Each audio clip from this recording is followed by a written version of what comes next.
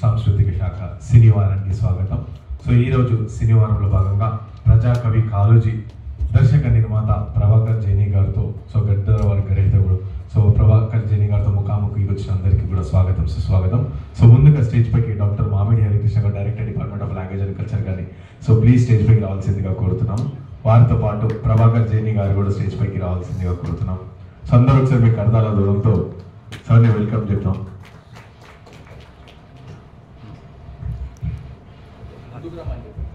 అందరు ఒకసారి వెనుక కూర్చున్న వాళ్ళందరూ కాస్త కొంచెం ముంగడికి రండి. అందరు వెనుక కూర్చున్న వాళ్ళందరూ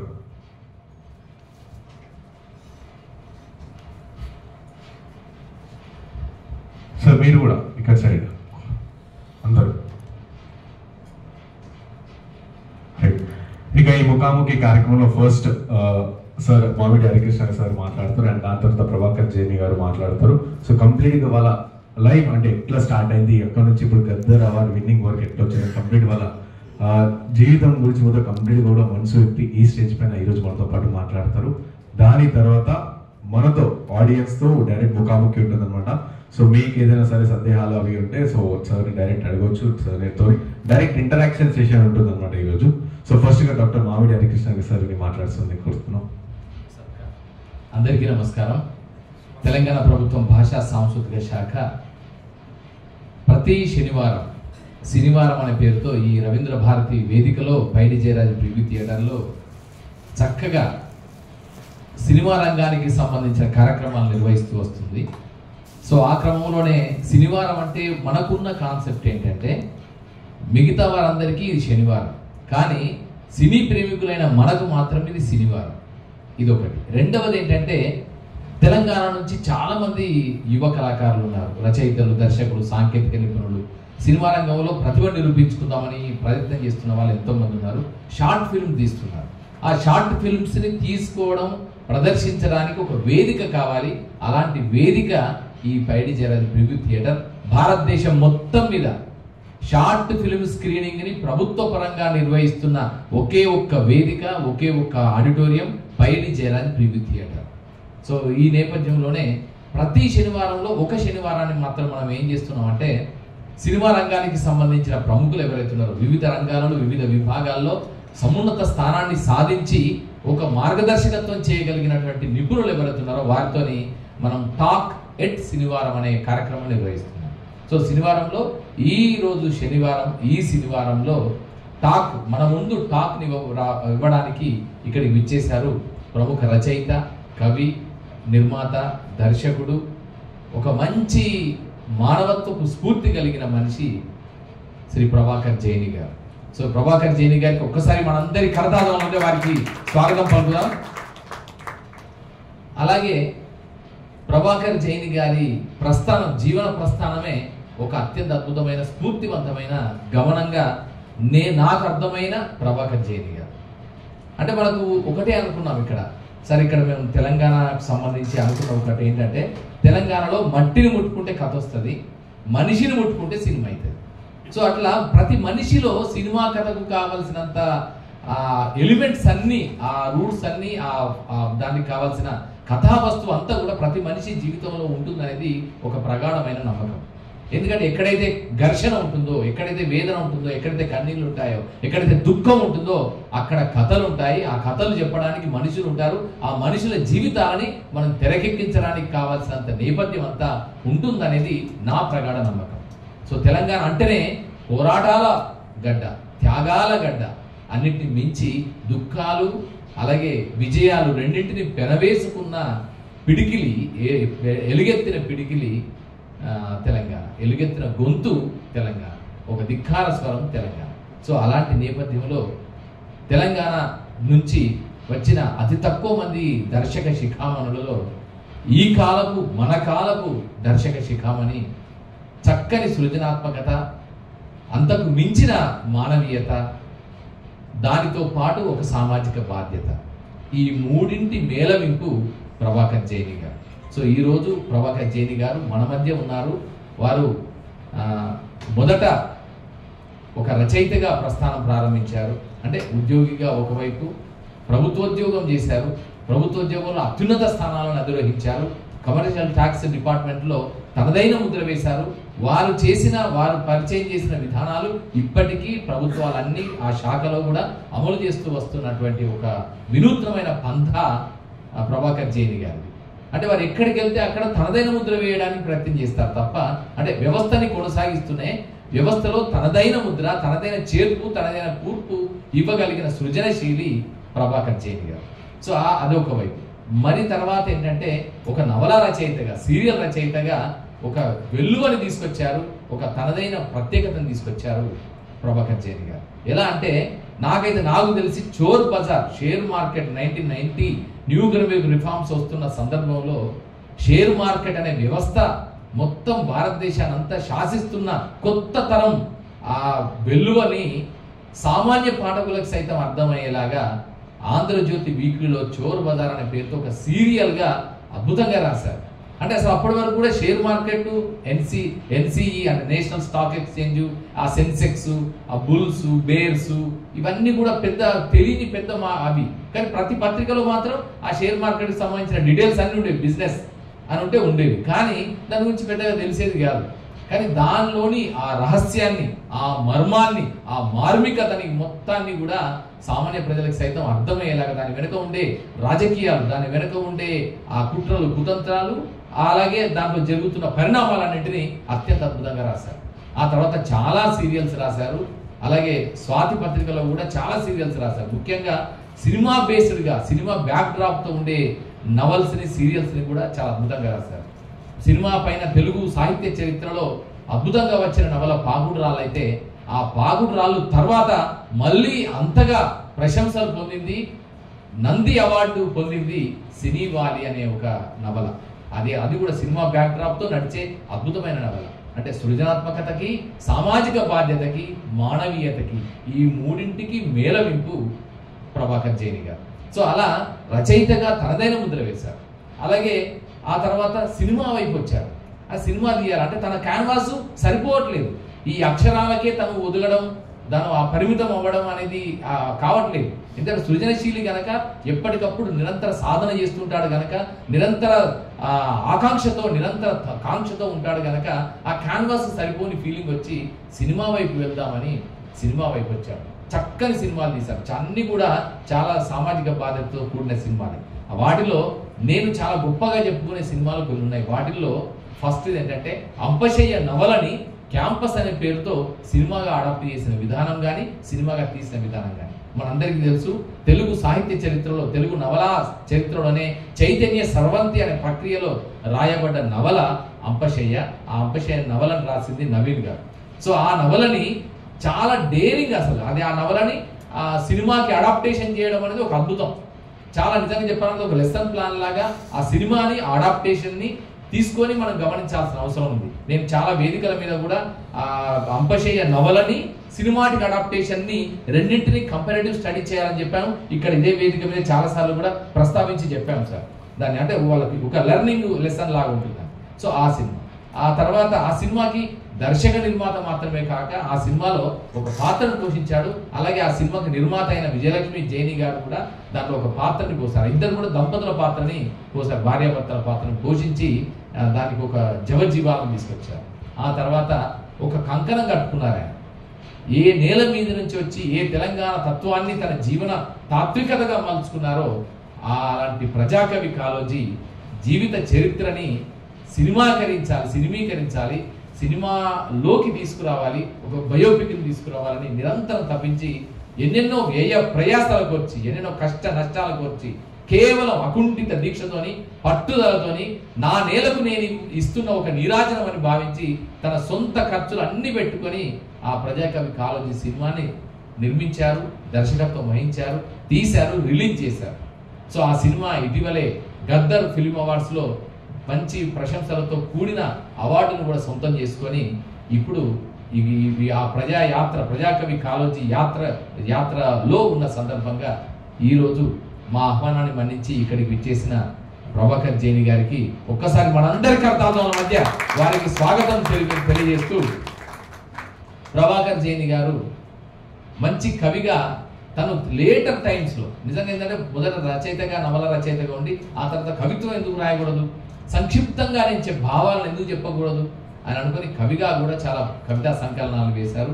దానితో పాటు ఒక అద్భుతం ఏం చేశారంటే జైనీ ఫౌండేషన్ అనే పేరుతో ఒక ఫిలాంథ్రోపిక్గా, ఒక ఆల్ట్రూయిస్టిక్ ఐడియాలజీతో, ఒక సామాజిక సేవా తత్పరతతో ఒక ఫౌండేషన్ని కూడా ఏర్పాటు చేశారు.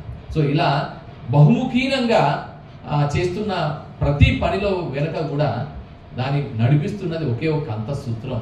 అదేంటంటే సమాజం పట్ల నిబద్ధత, తను నడిచొచ్చిన తొవ్వ పట్ల ప్రేమ, తన ప్రజల పట్ల ఆరాధన, తన తెలంగాణ పట్ల తనకుండే మమకారం. ఇవి ఈ 4 సూత్రాలే ప్రభాకర్ జైని గారిని నిరంతరం నడిపిస్తున్న ఒక చోదక శక్తులుగా నాకు అర్థమైన ప్రభాకర్ జైని గారు. సో అలాంటి ప్రభాకర్ జైని గారు ఈరోజు మన మధ్యకు ఇచ్చేసి ఇక్కడ తన జర్నీని, తన ప్రస్థానాన్ని మన ముందు పంచుకోబోతున్నారు. వారికి తెలంగాణ ప్రభుత్వం భాషా సాంస్కృతిక శాఖ పక్షాన ఆత్మీయ స్వాగతం పలుకుతూ ఇప్పుడు వారికి పోచంపల్లి ఇక్కత్ శాల్వాతో సత్కారం చేసుకొని ఆహ్వానం పలికి ఆ తర్వాత సార్ చెప్తారు. మనం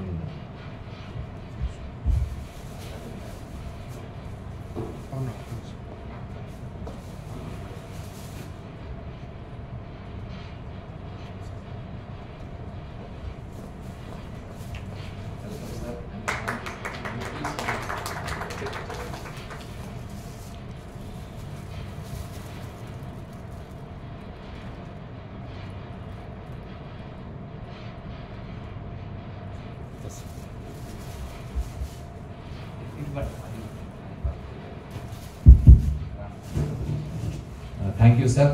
మా ఆహ్వానాన్ని మన్నించి ఇక్కడికి చేసినందుకు మీకు ధన్యవాదాలు. ఇప్పుడు మీరు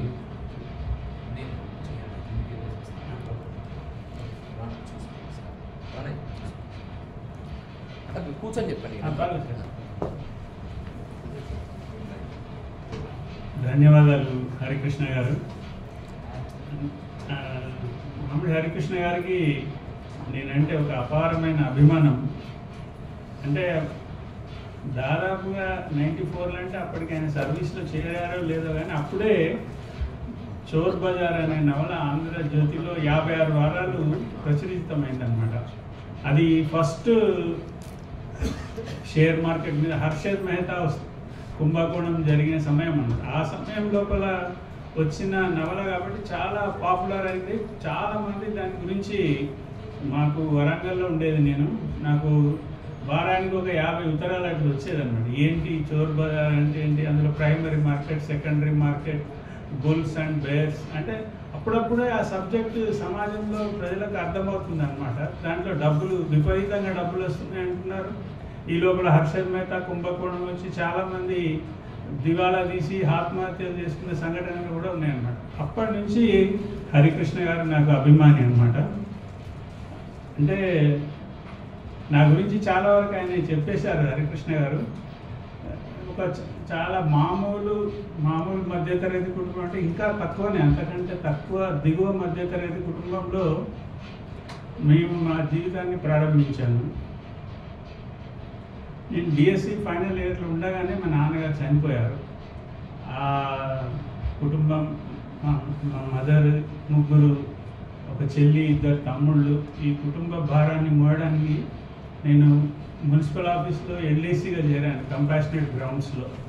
కానీ మేము చదువులో కొంచెం బాగుండేసరికి ఆ ఉద్యోగము, మా నాన్న చనిపోవడం వల్ల వచ్చిన ఉద్యోగం అంటే నాకు కొంచెం ఆ ఉద్యోగం చేయాలంటే బాధగా అనిపించేది.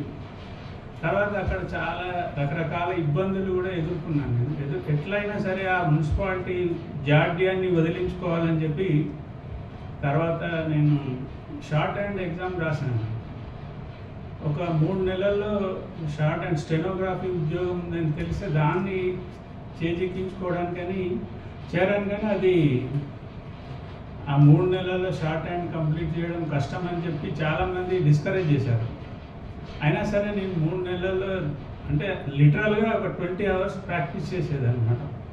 ఎక్కడికి వెళ్తున్నా సరే, ఇప్పుడు ఒకవేళ రవీంద్ర భారతి అని అనుకోండి, ఆ వేలు మీద రాసుకునేది రవీంద్ర భారతి అని ఈ షార్ట్ హ్యాండ్ స్ట్రోక్స్ లోపల. అట్లా రాత్రాలు ఒక యుద్ధంలాగా చేసి ఆ 3 నెలల్లో ప్రాక్టీస్ చేసి ప్రైవేట్గా ఫీజు కట్టి I could get through that shorthand exam and I got gold medal for that. అంటే షార్ట్ హ్యాండ్ ఎగ్జామ్ అనేది మామూలు విషయం కాదు, అది ఇప్పటి తరం పిల్లలకు అసలు అర్థమే కాదు షార్ట్ హ్యాండ్ ఏంటో. కానీ అప్పుడు షార్ట్ హ్యాండ్ ఉద్యోగం అంటే చాలా గొప్ప విషయం అనమాట. షార్ట్ హ్యాండ్ చేయడం అనేది అరౌండ్ 80s యువకులంతా టైప్ షార్ట్ హ్యాండ్ నేర్చుకునేవాళ్ళు ఉద్యోగాల కోసం. అట్లా నేర్చుకునేసరికి నాకు యూకో బ్యాంక్లో పిలిచి ఉద్యోగం ఇచ్చారు. Because I could get through short hand in gold medal అనేసరికి వాళ్ళు ఇంటర్వ్యూ లేకుండానే ఉద్యోగం ఇచ్చారు. దాంతో వైజాగ్లో పోస్టింగ్ వచ్చింది. వచ్చిన తర్వాత కొన్ని రోజులు చేసేసరికి అది కూడా నాకు పెద్దగా అంటే నాకు సాటిస్ఫాక్షన్ అనిపించలేదు. నా లోపల ఉన్న సామర్థ్యానికి కానీ అంటే నా లోపల ఉన్న ఉత్సాహానికి టేబుల్ అంటే ముందు నాకు బాగా కోరిక ఉండేది. బ్యాంక్ ఉద్యోగం అంటే అందరికీ చూడగానే చాలా కలర్ఫుల్గా లక్షలు డబ్బులు లెక్క పెడుతుంటే చాలా హ్యాపీగా అనిపిస్తుంటే చూస్తుంటే, కౌంటర్ యుక్తాల నుంచి చూస్తుంటే. కానీ కౌంటర్ లోపలికి వెళ్ళాక దాని లోపల ఉన్న సమస్యలు అర్థమవుతాయి. నాకు అది కూడా నచ్చలేదు ఆ ఉద్యోగం. అందుకని చెప్పి సివిల్ సర్వీసెస్ ఎగ్జామ్ రాశాను. ఐఏఎస్ ప్రిలిమినరీ పాస్ అయ్యాను, మెయిన్ పాస్ అయ్యాను. ఇంటర్వ్యూలో I could not get through. ఇక్కడ ఎల్బీ స్టేడియంలో సోల్జర్ స్కాలర్ స్టడీ సర్కిల్ అని ఉండేది, అది హైదరాబాద్ స్టడీ సర్కిల్. ఇంటర్వ్యూ కోసం ఢిల్లీలో రావుస్ ఐఏఎస్ అని ఉండేది. ఇప్పుడు ఆర్సీ రెడ్డి సర్కిల్ అనేది అశోక్ నగర్ చౌరస్తాలో RC Reddy institute IAS academy ఆయనే ఉండేది అప్పుడు మాకు. ఇట్లా అన్ని రకరకాలుగా జీవితాన్ని ప్రయాణిస్తూ అయితే నాకు ఐఏఎస్లో సెలక్షన్ రాలేదు. తర్వాత ఆ బాధలో చాలా బాధ ఉండేది, ఎందుకంటే నాకు తప్పకుండా సెలక్షన్ వస్తుందని నమ్మకం ఉండేది. ఎందుకంటే నాకు తెలుగులో ఇప్పటి వరకు ఎవరికి రానని హైయెస్ట్ మార్క్స్ వచ్చాయి తెలుగు లిటరేచర్లో. మాకు దివాకర్ల వెంకట అవధాని గారు తెలుగు చెప్పేదన్నమాట. ఆయన బాగా ఒక ఈశ్వర స్వరూపం. ఆయన బాగా ఆశీర్వదించాడు, వీళ్ళు గెట్ త్రూ నాన్న అని. కానీ మేము ఒక గ్రామీణ ప్రాంతం నుంచి వచ్చాము, సరిగ్గా ఇంగ్లీష్లో మాట్లాడలేకపోవడము, ఆ ఢిల్లీ వాతావరణం. ఐ వాజ్ జస్ట్ 26 years అప్పుడు. ఐఏఎస్కి వెళ్ళి ఇంట్లో మా నాన్న లేరు, నన్ను ప్రోత్సహించేవారు లేరు, అన్ని సమస్యలు. అప్పటికి పెళ్ళి 2 పిల్లలు నాకు. ఆయన ఈ సమస్యలన్నీ ఎదుర్కొంటూ ఎట్లయినా పోరాడాలి, జీవితంలో గెలుపు సాధించాలనే ఉత్సాహంతో అన్నీ రాశాము కానీ రాలేదు. బాగా డిప్రెస్ అయిపోయాను అనమాట అప్పుడు. దాంట్లో నుంచే నేను నా బాధలన్నింటినీ ఒక విధంగా రాసుకొని పెట్టుకున్నాను అనమాట. తర్వాత దాన్ని ఆలోచిస్తే దాన్ని ఒక కొంచెం కంటెంపరీ విషయాలు, కొంచెం కాల్పనిక శక్తి జోడిస్తే ఒక గొప్ప నవల అవుతుందని ఉద్దేశం కలిగింది నాకు. దాంతో నేను కాలవాహిని అలల వాలున అని ఒక నవల రాశాను అన్నమాట. రాసి ఆంధ్రప్రభ పత్రిక పంపించాను. అప్పుడు ఆంధ్రప్రభ అంటే చాలా టాప్ మ్యాగజైన్. అప్పుడు ఈ స్వాతి కానీ ఇవన్నీ లేవు అప్పుడు. ఆంధ్రప్రభ హైలీ లిటరరీ వాల్యూస్ ఉన్న పత్రిక. నేను పంపిస్తే నా అదృష్టం కొద్ది నా మొట్టమొదటి రచననే నవలగా పబ్లిష్ అయిందన్నమాట. చాలా అంటే నేను ఏదో బాధలో ఉన్నానో ఆ బాధ నుంచి తప్పుకోవడానికి రాసిన నవలకు చాలా అప్లాజ్ వచ్చింది. చాలా అంటే 1989లో జరిగింది ఇది. అప్పటికి ఇప్పటిలాగా మనకు ఈ విషయ సేకరణ, జనరల్ నాలెడ్జ్ కానీ, కాంపిటేటివ్ ఎగ్జామ్స్ గురించి కానీ ఎక్కడ సరైన సమాచారం దొరకని రోజుల లోపల మేము నవలలోనే మొత్తం సబ్జెక్ట్ కానీ, సిలబస్ గురించి కానీ, ఎగ్జామ్ ప్రొసీజర్ కానీ, హాల్ టికెట్స్, మెడికల్ టెస్ట్ ఇవన్నీ ఎట్లుంటాయి ఈ విషయాలన్నీ విత్ డాక్యుమెంటరీతో సహా ఇచ్చాము ఆ నవలలో. కాబట్టి బాగా పాపులర్ అయింది. అన్ని యూనివర్సిటీలలో కనీసం 100 మంది ప్రతి శుక్రవారం రిలీజ్ అయ్యేది. ఆ పత్రిక కోసం ఎదురు చూసేవాళ్ళు అన్నమాట. అప్పుడు చాలామంది మొన్నటి వరకు ఆంధ్రప్రదేశ్ డీజీపీ గౌతమ్ సావంగ్ అన్నాడు, ఈ వాజ్ మై క్లాస్మేట్. తర్వాత మహేందర్ రెడ్డి నా జూనియర్, చాలామంది సెలెక్ట్ అయ్యారు. అప్పుడు నేను సెలెక్ట్ కాలేకపోయాను. ఆ రాసిన అనుభవాలతో మాత్రం చాలామంది ఇన్స్పైర్ అయ్యి ఉద్యోగాలు సంపాదించుకున్నారు. మీ అందరికీ ఆకేళ్ల రాఘవేంద్ర కూడా తెలుసు అనుకుంటాను. ఆకేళ్ల రాఘవేంద్ర కూడా నా నవల చదివి ఇన్స్పైర్ అయ్యి రాజమండ్రి నుంచి వరంగల్కి వచ్చాడు నన్ను కలవడానికని. ప్రతి ఇంటర్వ్యూలో ఆయన చెప్తుంటాడు, ఈ మై ఇన్స్పిరేషన్ అని. ఆయన వరంగల్కి వచ్చేసరికి నాకు కమర్షియల్ ట్యాక్సెస్లో ఉద్యోగం వచ్చి నేను హైదరాబాద్కి వచ్చాను. మళ్ళీ హైదరాబాద్కి వచ్చి కలవడానికి ప్రయత్నించాడు కానీ కలవలేదు. లక్కీగా తర్వాత ఆయన ఎన్నోసార్లు రాయడానికి ప్రయత్నించాడు సివిల్స్, కానీ రాలేదు. ఒక కోచింగ్ సెంటర్ పెట్టాడు ఆయన గాంధీనగర్లోనే. పెట్టినప్పుడు మా అమ్మాయి తెలుగు లిటరేచర్ ఆయన దగ్గరికి కోచింగ్ వెళ్ళింది. ఆమె పేరు ఏంటంటే అందరికి పరిచయం చేసుకుంటున్నప్పుడు చైతన్య జైని అంటే మీకు ప్రభాకర్ జైని గారు ఏమన్నా పరిచయం అంటే మా నాన్నగారే అంటే ఆ వెంబడి పక్కనే మా ఇంటికి వచ్చాడనమాట. అంటే జస్ట్ కోయిన్సిడెన్సెస్ అట్లా జరుగుతుంటాయి, యాదృచ్ఛికమైన సంఘటనలు. ఆ తర్వాత నేను గమ్యం అని రజాకార్ బేస్డ్ ఒక నవల రాశాను. తర్వాత చోర్ బజార్ రాశాను. ఇంకా ఇప్పటి నుంచి కొంచెం రాయడంలో వెనుకబడిపోయాను. ఈ జాబ్ బాధ్యతలు అది నా ప్రథమ ప్రాధాన్యత కాబట్టి నవలలు రాయడం తక్కువ చేశాను. కథలు మాత్రం అప్పుడప్పుడు రాస్తుండేవాడిని. నేను 2013లో రిటైర్ అయ్యాను. రిటైర్ అయిన తర్వాతనే ఇంక నా సాహిత్యం కానీ ఇవన్నీ కానీ ఇందాక హరికృష్ణ గారు చెప్పినట్టు ఈ పాఠకులు 90s నుంచి చదవడం తగ్గిపోయింది. రీడర్షిప్ ఎప్పుడైతే మన డ్రాయింగ్ రూమ్లో టీవీ వచ్చిందో అప్పుడే పుస్తకాలకు సమాప్తమైపోయింది. పుస్తకాలు చదివేవాడు దిక్కులేడన్నమాట. రాస్తున్నాం ఏదో ఇంతకుముందు వేలకు వేల ప్రచురణలు, 3వ ముద్రణ, 25వ ముద్రణ, ఎండమూరు వేరేదైనా జరిగేది. మాకు మొదటి ముద్రణలో 300 పుస్తకాలు అమ్మడానికే కష్టమవుతుంది. ఇట్లాంటి అప్పుడు 90sలో నుంచి పుస్తక ప్రచురణ తగ్గిపోయింది. ఈ బోల్డ్ అని పబ్లిషింగ్ సంస్థలు కూడా మూతలు పడ్డాయి. ఇప్పుడు దాదాపు ఎవరు కూడా పబ్లిష్ చేయడం లేదు బుక్స్. మనమే పబ్లిష్ చేసుకొని వాళ్ళకి వీళ్ళకు ఇక్కడ ఓపెనింగ్ సెరమనీ అవుతుంటాయి ఫస్ట్ ఫ్లోర్లో. ఆ వచ్చిన 100 మందికి ఇచ్చేయడం సమర్పయం అంతే, ఇంకా మళ్ళీ కొనేది లేదు దానికి. అందుకని ఇప్పుడు మన లోపలనేమో ఒక పోరాటం, ఒక అంతర్మదనం, ఒక సంవేదన ఉంటుంది. దానికి బయటికి తీసుకురావడానికి మనకు ఒక వేదిక కావాలి, ఒక మీడియం ఆఫ్ పబ్లిక్ రియాక్షన్ కోసం మనం ప్రయత్నించాలి. ఆ విధంగా సినిమా రంగంకి వెళ్దాం, రిటైర్ అవుతున్నాను, there is no work for me తర్వాత అని ఆలోచిస్తే అదే టైంలో కూడా తెలుగు యూనివర్సిటీలో PG diploma in film direction అనే కోర్సు స్టార్ట్ అయింది ఈవినింగ్. చాలా వెరీ నాకు టైమ్లీగా దొరికిన అవకాశం అనమాట అది. మా ఆఫీస్ నాంపల్లిలో ఉండేది, ఇది కూడా నాంపల్లి పబ్లిక్ గార్డెన్ పక్కనే తెలుగు యూనివర్సిటీలో స్టార్ట్ అయింది. అందులో జాయిన్ అయ్యాను ఈవినింగ్. ప్రతిరోజు క్లాస్కి వెళ్ళేవాడిని. అక్కడ ఉన్న టీచర్లు అందరూ కూడా నాకంటే చిన్నవాళ్ళే. నేను ఫస్ట్ రోజు పోయినప్పుడు ప్రిన్సిపాల్ వచ్చినాడని అందరు లేచి నిలబడ్డారు. రాబాబు నేను కూడా మీతో పాటే స్టూడెంట్ అంటే అవే బుక్ పట్టుకొని ఒక 30-40 ఏళ్ల క్రితం చదవడం మానేసి నేను 2013లో మళ్ళీ నోట్బుక్ పట్టుకొని వెళ్ళి చదివి బాగా అద్భుతంగా అది నాకు స్టెప్పింగ్ స్టోన్ తెలుగు సినిమా ఇండస్ట్రీకి వెళ్ళాలనే కోరిక కలిగింది. అంటే నేను నవలలో ఎన్నో పాత్రలు సృష్టించాను. ఈ పత్రికల ప్రశ్నలు జవాబులు అనే కాలం వస్తుంటుంది.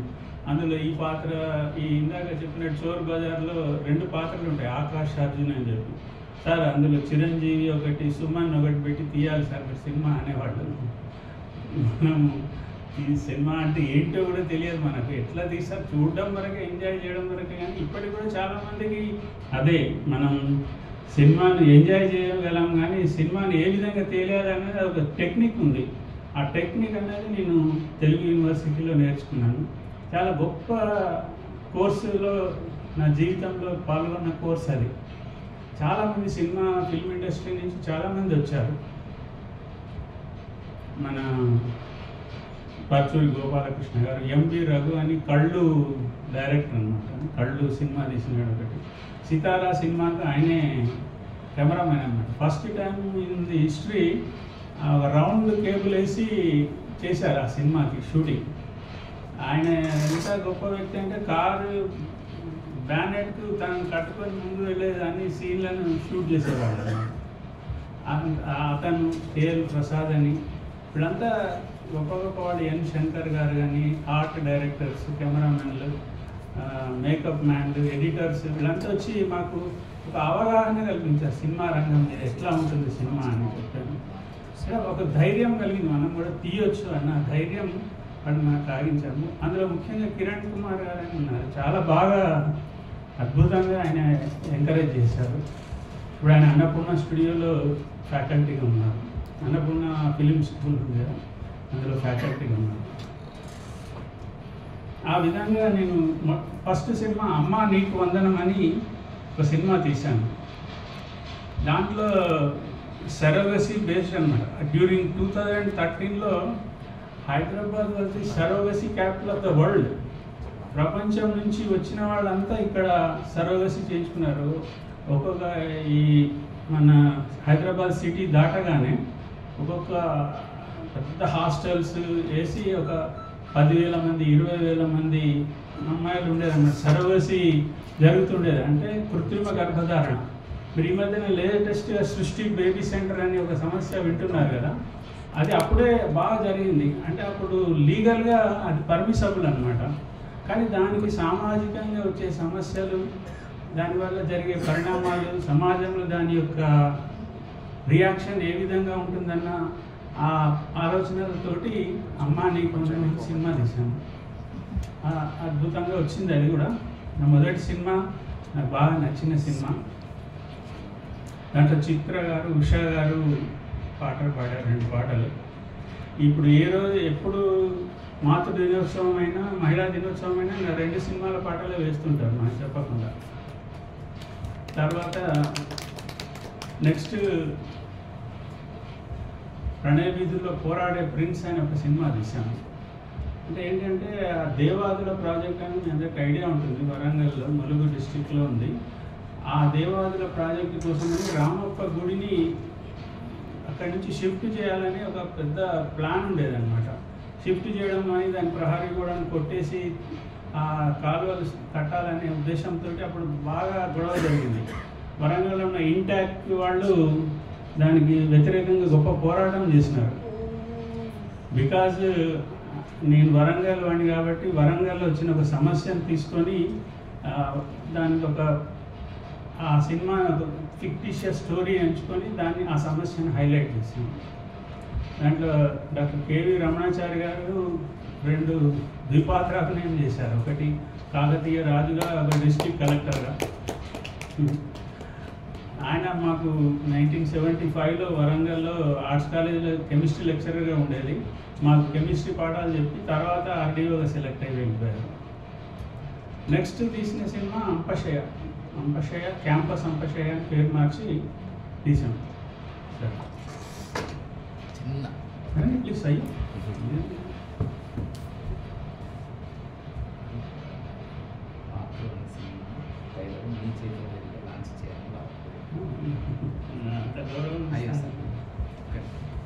సార్, అంతరాయానికి చిన్న వన్నింపు. అంపశయ గురించి ఇంకా డీటెయిల్స్గా చెప్పాలి. ప్రతి సినిమా ఇప్పుడు ప్రణయ వీధుల్లో అనే సినిమా కానీ, అమ్మా నీకు వందనం, ఇప్పుడు నిజంగా సర్వగసి దాని మీద చాలా అద్భుతం. అంటే చాలా జరుగుతుంది చర్చ. కానీ మొదట్లోనే ఎవరైతే కవి అనేవారు ఎవరంటే భవిష్యత్తుని వీక్షించగలిగిన వారు కవి. ఎస్, క్రాంతదర్శి, భవిష్యత్ దర్శి కూడా. అందుకే సార్ కూడా ఈ ఇష్యూ అప్పుడు మొదట్లో మొదలైనప్పుడే ఇది వెర్రితలలు వేసే అవకాశం ఉందనే ఆలోచన ముందే గమనించి ఆయన అమ్మా నీకు వందనం అనే సినిమా ద్వారా మనందరిలో ఒక ఆలోచన రేకెత్తించారు. అలాగే రామప్ప దేవాలయానికి సంబంధించి అక్కడ జరుగుతున్న పరిణామాల మీద అంటే వెరీ కాంటెంపరీ ఐడియాస్తో సోషల్ రెస్పాన్సిబిలిటీ మనందరిలో ఒక చైతన్యం. ఆయన అందుకే నేను మొదట్లోనే చెప్పేశాను, ప్రభాకర్ జైని గారి యొక్క మొత్తం తాత్వికత అంటే ఇది ఒక సినీ తాత్వికత ఏంటంటే ఒక సామాజిక బాధ్యతని వెళ్ళడమే. సో ఇది నేపథ్యంలో ఈ కొనసాగుతున్న నేపథ్యంలో ఇప్పుడు వారి చేతుల మీదుగా ప్రముఖ దర్శక నిర్మాత, రచయిత, కవి, సాహితీవేత్త ప్రభాకర్ జైని గారి చేతుల మీదుగా త్వరలో ఆగస్టు 8వ తారీఖు రిలీజ్ కాబోతున్న ఒక చక్కని సినిమా. ఇప్పుడు ఏదైతే అమ్మా నీకు వందనం అన్నారు, ఇప్పుడు మాతృ అనే సినిమాతో జాన్ జక్కీ మన తమ్ముడు, తను ఆదిలాబాద్ బిడ్డ, నిర్మల్ ప్రాంతం నుంచి వచ్చిన బిడ్డ, తను తీసిన సినిమాని ట్రైలర్ని సార్ చేతుల మీదుగా ఆవిష్కరించాల్సిందిగా అభ్యర్థిస్తున్నాను. జాన్ జక్కీ రక్క అండ్ ప్రొడ్యూసర్ గారు రండి.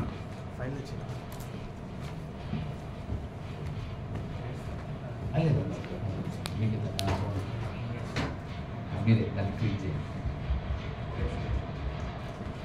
శ్రీ పద్మిని ప్రొడక్షన్స్ బ్యానర్ మీద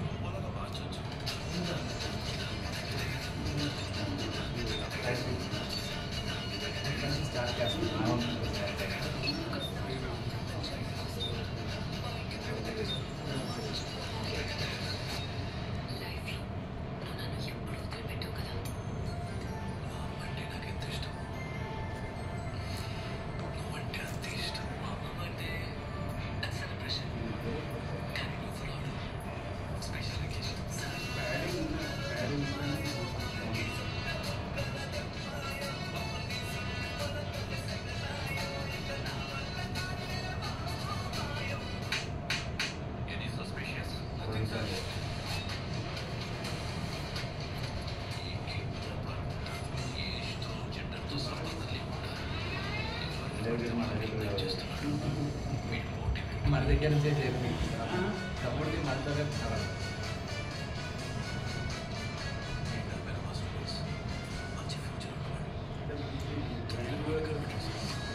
మంచిగా హ్యాండియర్గా suspense element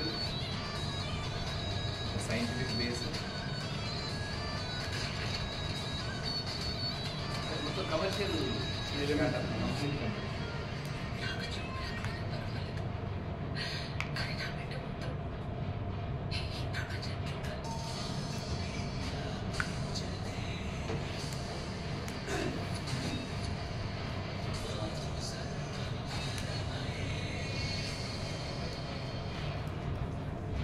thank you sir, thank you so much. John Jackie and Shri Padmini ప్రొడక్షన్స్కి ధన్యవాదాలు, శుభాకాంక్షలు. ఈ ఆగస్టు 8వ తారీఖు థియేటర్లో రిలీజ్ అవుతున్నది మాతృ సినిమా. ఒక అమ్మ సెంటిమెంట్ని, సైంటిఫిక్ బేస్ని, ఒక క్రైమ్ ఎలిమెంట్ని కలుపుతూ వచ్చినటువంటి చక్కని సినిమా. మెయిన్ స్ట్రీమ్ కమర్షియల్ ఫార్మాట్లో వచ్చిన ఎంటర్టైనింగ్ సినిమా ఇది. సో ఈ సినిమాని ప్రేక్షకులందరూ చూడాల్సింది, అలాగే ఈ సినిమాని ఆదరించాల్సిందిగా అందరినీ కోరుకుంటూ జాన్ జక్కీకి ఒక్కసారి మన అందరి కరతాల మధ్య శుభాకాంక్షలు తెలియజేద్దాం. దట్టు ఈ సినిమాని ఆవిష్కరించడం అనేది ఒక అద్భుతం. ఎట్లా అంటే ప్రభాకర్ జైన్ గారు గద్దర్ పురస్కార గ్రహీత చేతుల మీదుగా ఈ సినిమా ట్రైలర్ లాంచ్ ఇక్కడ జరగడం ఒక అరుదైన, అద్భుతమైన, అపూర్వమైన సన్నివేశంగా భావిస్తూ ప్రభాకర్ జైన్ గారికి శుభాకాంక్షలు. దీన్ని ఉద్దేశించి థ్యాంక్ యూ సో మచ్. మీరే చెప్పండి, ఈ సినిమా గురించి మీరే చెప్తారు. ట్రైలర్ ఈ సినిమా మీరు మాట్లాడుతుంది ఎలా? ఆగండి, ఈ సినిమా గురించి బాగా చెప్తే ప్రమోషన్కి వాడుకుంటారు. ఈ మాతృ సినిమా ట్రైలర్ ఆవిష్కరించడం చాలా ఆనందదాయకం.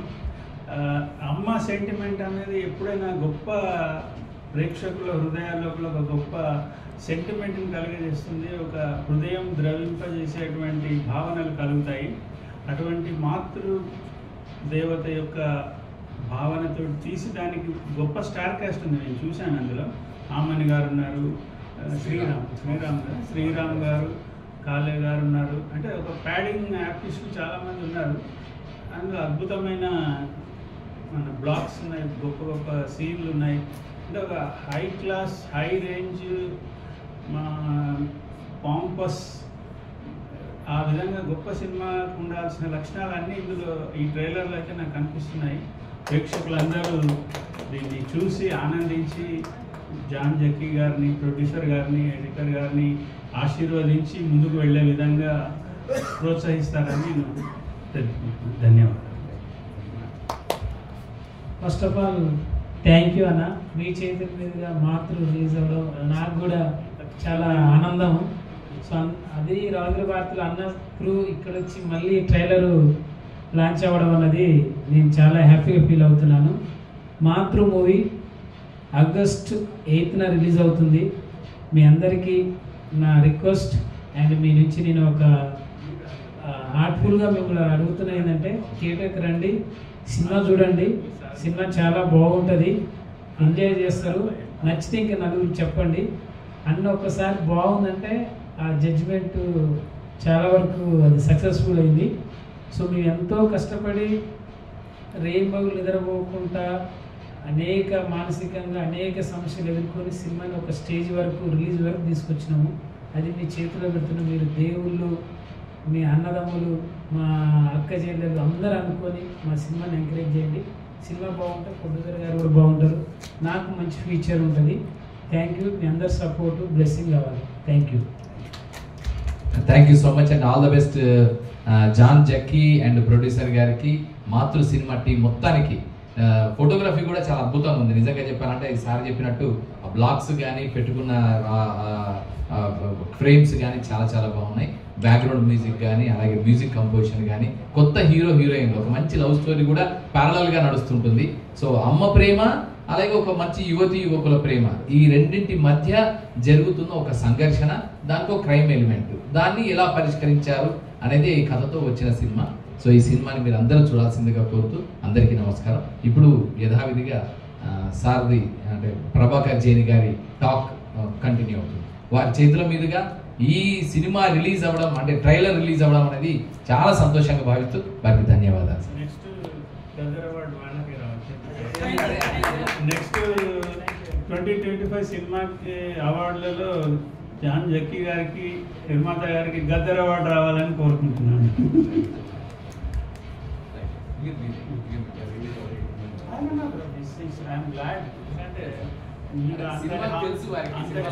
నాకు ఇచ్చారు. You thought that I am right person for launching.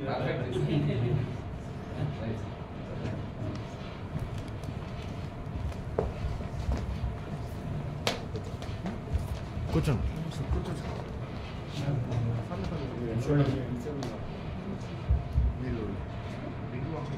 అంటే 2015లో అంపశయ్య అనే సినిమా తీశాను నేను.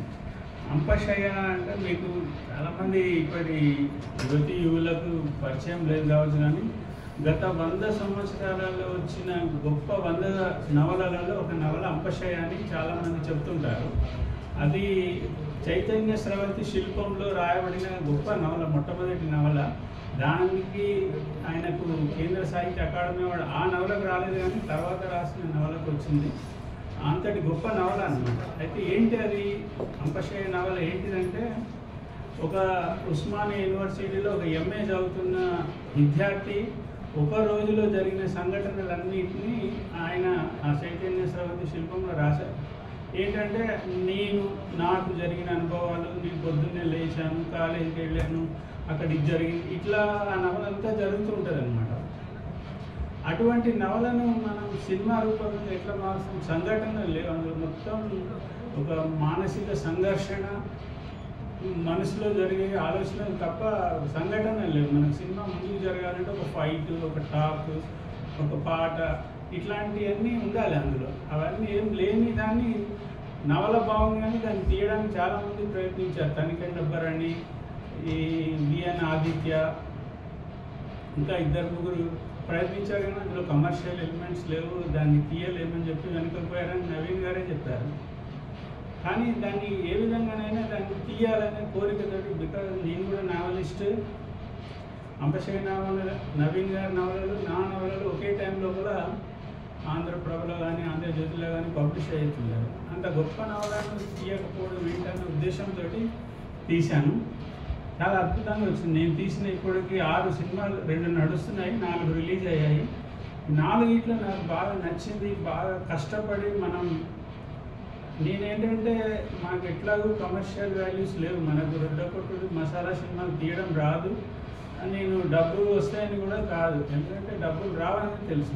అట్లాంటప్పుడు ఒక బెస్ట్ సినిమా, నా మనసుకి సంతృప్తి కలిగించే విధంగా తీయాలని తీశాను. ఈ 4 సినిమాలలో that was the best film నాకు తెలిసినంత వరకు. దానికి సినీ గోయర్స్ అవార్డు కూడా వచ్చింది, కానీ ఇంకా ప్రభుత్వాలు అయితే గుర్తించలేదు ఆ నవలని. నెక్స్ట్ మొన్న తర్వాత ప్రజాకవి కాళోజీ తీశాను. ఆ ప్రజాకవి కాళోజీ సినిమాకే మొన్న గద్దర్ అవార్డు వచ్చింది, స్పెషల్ జ్యూరీ అవార్డు 2023కి. నెక్స్ట్ ఇప్పుడు ఇంకా 2 సినిమాలు తీస్తున్నాను. ఒకటి స్వాతి ఎడిటర్ వేమూరి బలరాం గారి జీవిత చరిత్ర తీస్తున్నాను. అతడే ఒక సైన్యం, వేమూరి బలరాం అని ఒక సినిమా తీస్తున్నాను. ఇంకోటి గర్భకోశం అని తీస్తున్నాను, ఇంకొక సినిమా. అది కూడా ఒక కాంటెంపరీ సబ్జెక్ట్ అని తీస్తున్నాను. ఈ రెండు కూడా 70% షూటింగ్ అయ్యాయి. కొంత ప్యాచ్ వర్క్ ఉంది. ఈ సంవత్సరంలో ఆ 2 సినిమాలు రిలీజ్ చేసే ప్రయత్నం చేస్తున్నాను. ఇంకా నేను ఉద్యోగం అసిస్టెంట్ కమిషనర్ చేసి రిటైర్ అయ్యాను కమర్షియల్ ట్యాక్సెస్ నుంచి. తర్వాత నాకు బాగా సంతోషం కలిగించి ఇంత సుదీర్ఘ ప్రయాణం నా సాహిత్య ప్రస్థానంలో నాకు సంతోషం కలిగించింది ఏంటంటే, నేను సినీ బాలి అని ఒక ఆన్లైన్ మ్యాగజైన్ నడిపాము, ప్రతి వారపత్రిక. దాంట్లో ఇంతవరకు ఏ పత్రిక ఎవరు చేయలేని ఒక సాహసం అనుకోగానే ఒక వినూత్న ప్రయోగం చేశాం. ప్రతి సంచిక మ్యాగజైన్ మీద ఒక రచయిత ఫోటో పెట్టి మేము రిలీజ్ చేసాం. ఇంతవరకు ఎవరు చేయలేదంట. సినిమా యాక్టర్లు, సినిమా హీరోయిన్లు తప్ప ఒక రచయిత కవర్ పేజీ ఉండే మనకు ఎక్కడ కనిపించదు సాధారణంగా. అందులో మామిడి హరికృష్ణ గారి ఫోటో కూడా, ఆయన గురించి కూడా రాశాను. ఆయన గురించి మీ అందరికి తెలిసిన విషయమే. కానీ ఆయన తెలుగు భాషకు, తెలుగు సాహిత్యానికి చేసిన గొప్ప సేవ ఏంటంటే, మనకు తెలుగు భాషకు ప్రాచీన హోదా కేంద్ర ప్రభుత్వం అప్పుడు ఇచ్చింది 2007లో. చేసిన తర్వాత మద్రాస్ హైకోర్టులో తమిళ వాళ్ళు కేసు వేసినారు, తెలుగుకు ప్రాచీన హోదా ఇవ్వకూడదని చెప్పి. అదేంటి, వాళ్ళకి ఇస్తే మీకేమంటే దుఃఖ, వాళ్ళ భాష గొప్పది, దానికి సరిసమానంగా ఏ దక్షిణాది భాషలు ఉండొద్దన్న ఒక అసూయతోనే ఆ విధంగా కోర్టులో కేసు వేసినారు. అప్పుడు 2007 నుంచి 2013-14 వరకు దాని గురించి ఎవ్వరు పట్టించుకోలేదు. ఆల్మోస్ట్ ఆల్ ఫైనల్ జడ్జిమెంట్ వచ్చే సమయం లోపల తెలంగాణ ఏర్పడింది. అప్పుడు దాన్ని మామిడి హరికృష్ణ గారు టేకప్ చేసి ఇక్కడ శిలాశాసనాలు, చారిత్రక ఆధారాలు అవన్నీ తీసుకెళ్ళి మద్రాస్ హైకోర్టు సమర్పించి ఒక హోరాహోరి పోరాటం చేస్తే మనకు తమిళుల వేసిన పిటిషన్ కొట్టేసి తెలుగు భాషకు ప్రాచీన హోదా అట్లాగే ఉండిపోయింది. This is the greatest contribution of mister Mamidi Harikrishna to Telugu language and Telugu literature. ఆ విషయం, ఆ ఔన్నత్యాన్ని నేను ఎప్పుడు మనసులో ఉంచుకుంటాను. ఎప్పుడు ఏ సభ జరిగినా దాని గురించి చెప్తుంటాను.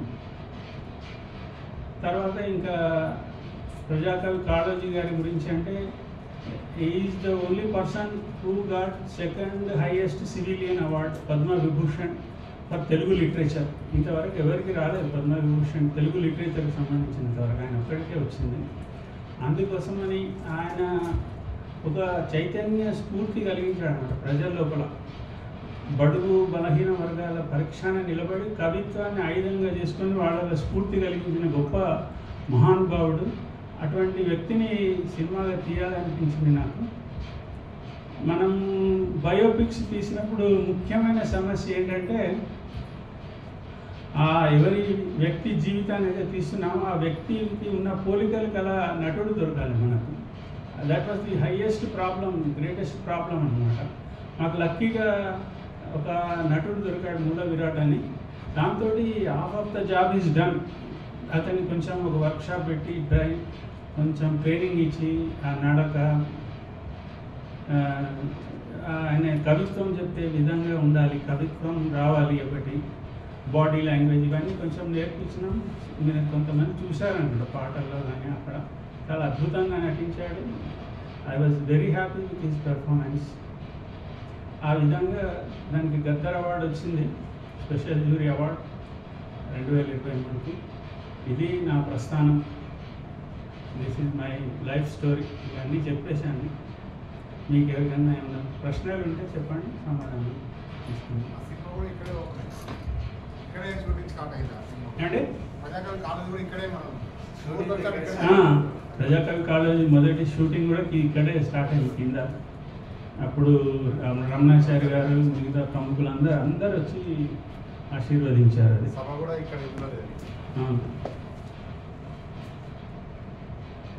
ఒకవేళ ఏం ప్రశ్నలు లేవంటే ముగించేద్దాం.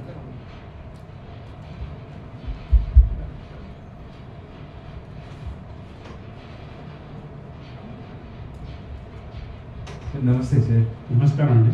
యాక్చువల్లీ ఆ జైని అన్న పదంలో ఏంటి అర్థం అనేసి తెలుసుకుందాం అనేసి. అది మా ఇంటి పేరు అండి, జైని. అంటే అది ఎలా జగిని అని ఉంది.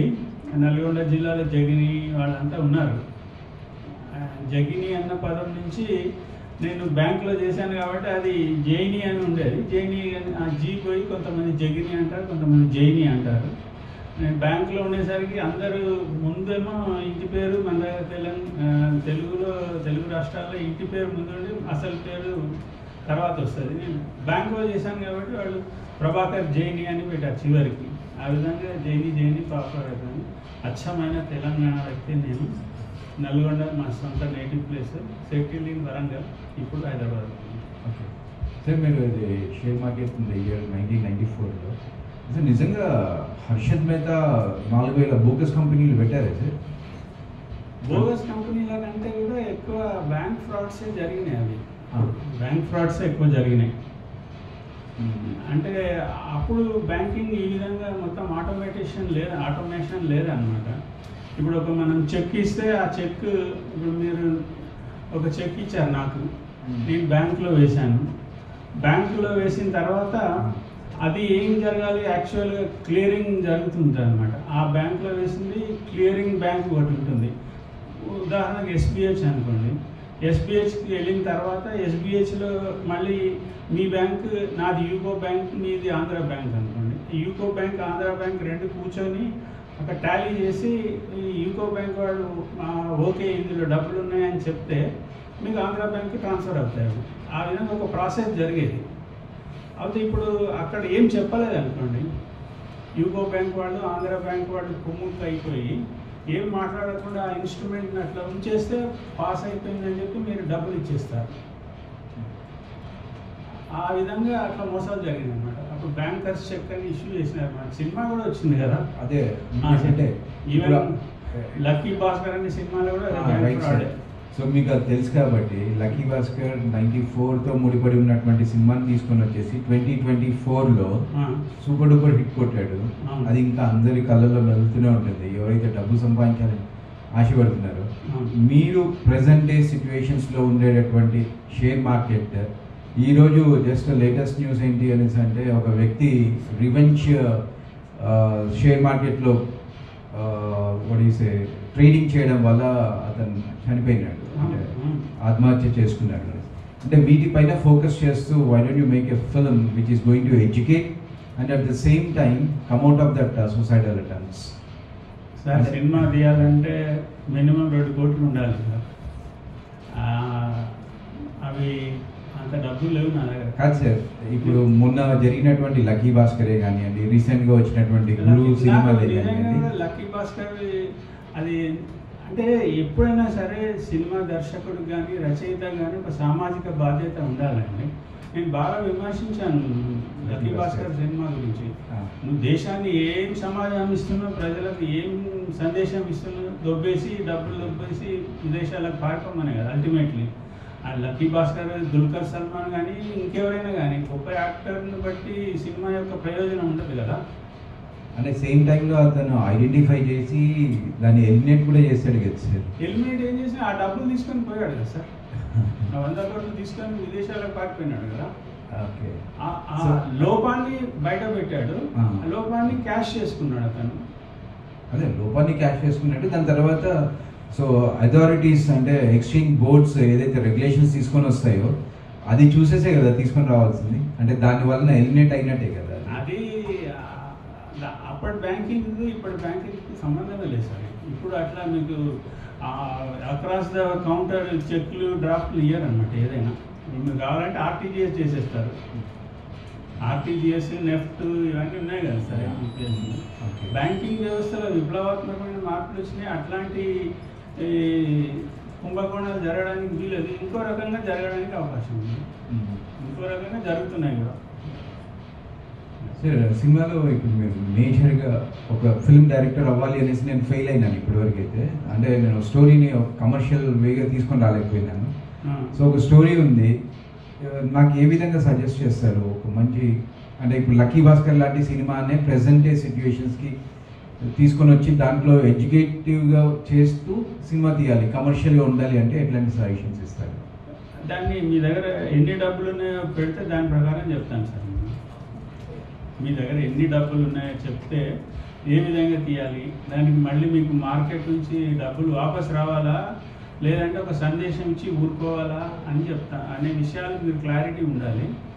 మనం ఏ సినిమా అయినా తీయవచ్చు సార్. ఇప్పుడు చాలా చిన్న కెమెరాలతో కూడా సినిమాలు వస్తున్నాయి. మనకు S3 అని ఒక కెమెరా వచ్చింది, అది 10,000 రూపాయల్లో రోజు 10,000 రూపాయలు. మనకు లైట్లు కెమెరామెన్ అందరూ ఉంటారు, దాంతో కూడా సినిమా తీయచ్చు. ఇప్పుడు సెల్ ఫోన్లో తీసిన కెమెరాలు సినిమాలు కూడా ఉన్నాయి కొన్ని. మనకు మెయిన్ ఖర్చు సినిమా తీయడానికి కెమెరానే సార్. ఇప్పుడు మిగతా వర్క్ అంతా మీరే చేసుకుంటారు, కథ, మాటలు, పాటలు, స్క్రీన్ ప్లే, దర్శకత్వం అంతా మీరు చేసుకుంటారు కదా.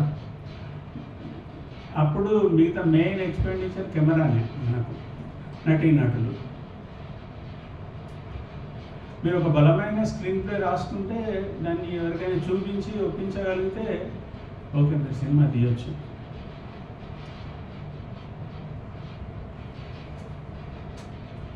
చెప్పండి. Hi sir, good evening. Hi, good evening. మీరు కూర్చొని మాట్లాడవచ్చు సార్. అండి మీరు కూర్చుంటే బాగుంటుంది సార్. పర్లేదు, నాకు ఇబ్బంది నేను కూర్చుంటే. సో నా పేరు అశోక్ సార్. ఫ్యూచర్లో డైరెక్షన్ చేయాలనే ఆలోచన ఉన్నటువంటి. సో నేను కూడా మీలాగే ఒక గవర్నమెంట్ ఎంప్లాయీని. 4 years ఉంది. 2 yearsలో బయటకు వచ్చి డైరెక్షన్ చేయాలని ఆశతో ఉన్నాను. ఐ గాట్ కాంపెన్సేషన్ గ్రౌండ్స్లో మా మమ్మీ జాబ్ తీసుకున్నాను. నేను అసిస్టెంట్ డైరెక్టర్గా పనిచేసేటప్పుడు 1991లో.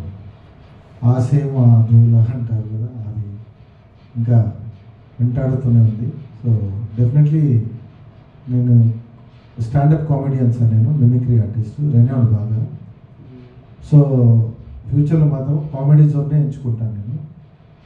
అయితే మిమ్మల్ని అడిగేది ఏంటంటే, ఒక సినీ ప్రొడ్యూసర్ అండ్ డైరెక్టర్గా సమాజానికి ఉపయోగపడే సినిమాలు తీస్తున్నారు మీరు.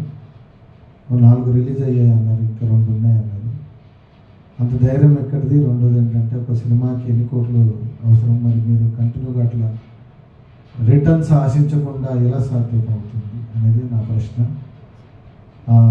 దాని ప్రకారంగా మేమేమైనా సాహసం చేయొచ్చు? మేము కామెడీ జోన్ ఎంచుకోవడానికే భయపడుతున్నాం. ఇంకా దానికి చిన్న సినిమాకి అట్మాస్ఫియర్ ఆల్మోస్ట్ ఎంత ఖర్చు అవుతుంది అనేది ఒక సజెషన్ మీ ద్వారా తెలుసుకోవాలనుకుంటున్నాను.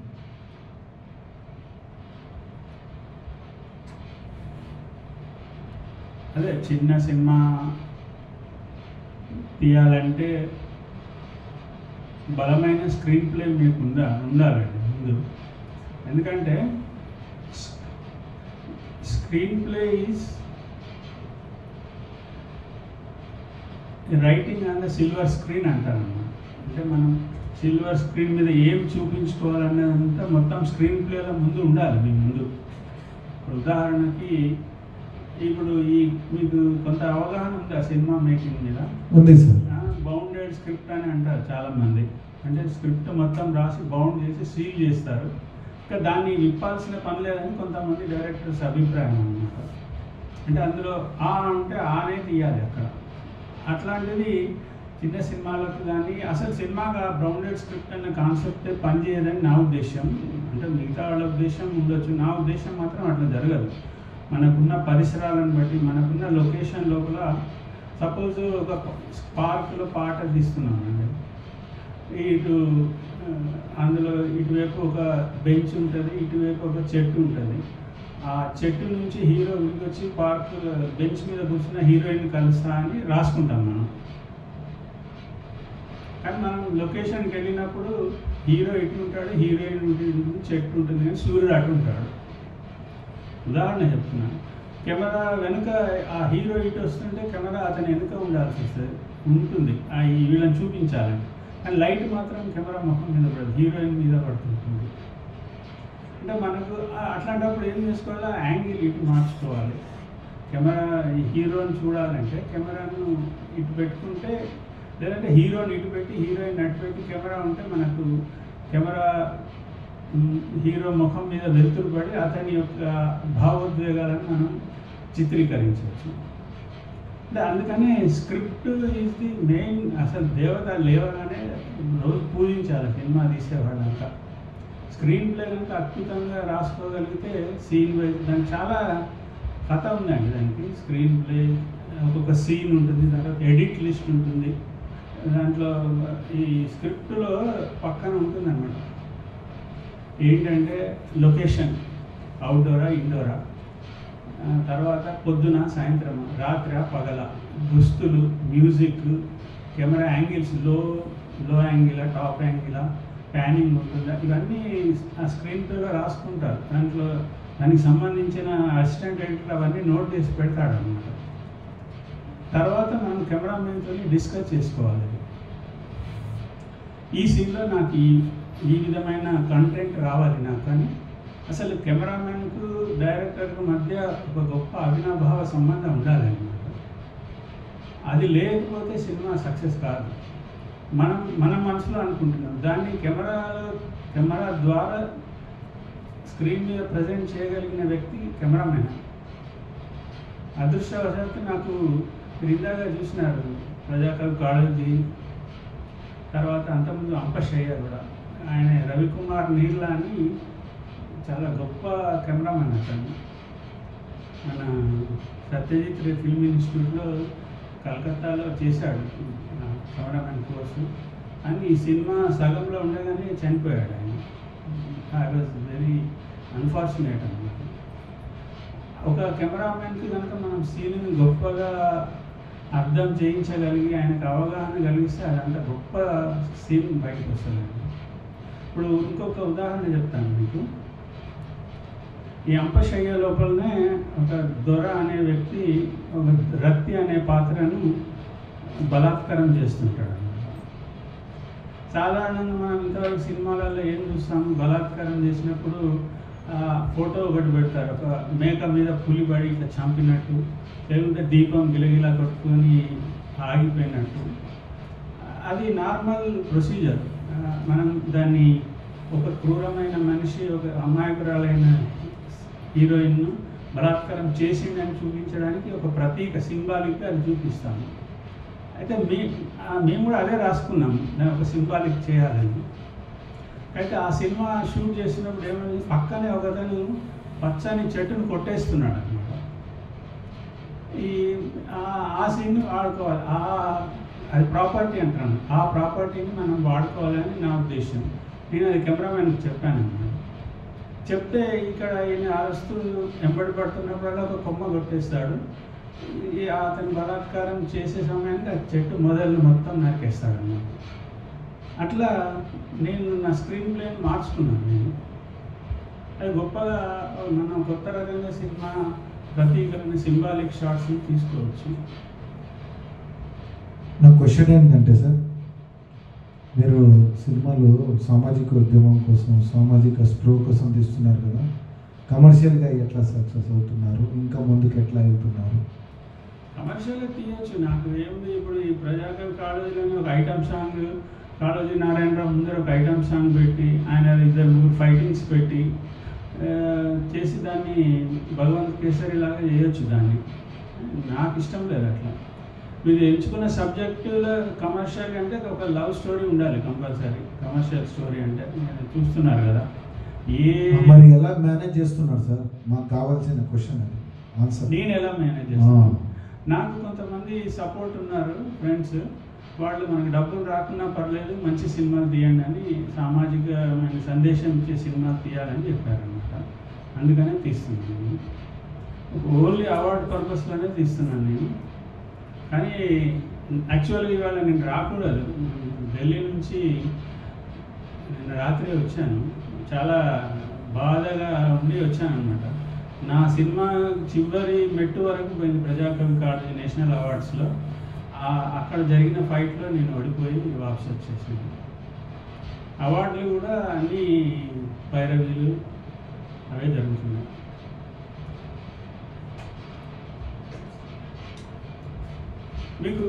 మీరు ఈ అంశాలన్నిటికీ తెలుగు యూనివర్సిటీలో ఈవినింగ్ కోర్సు జరుగుతుందండి, PG diploma in film direction course. చేశాను సార్. చేశారా మీరు? చేశాను.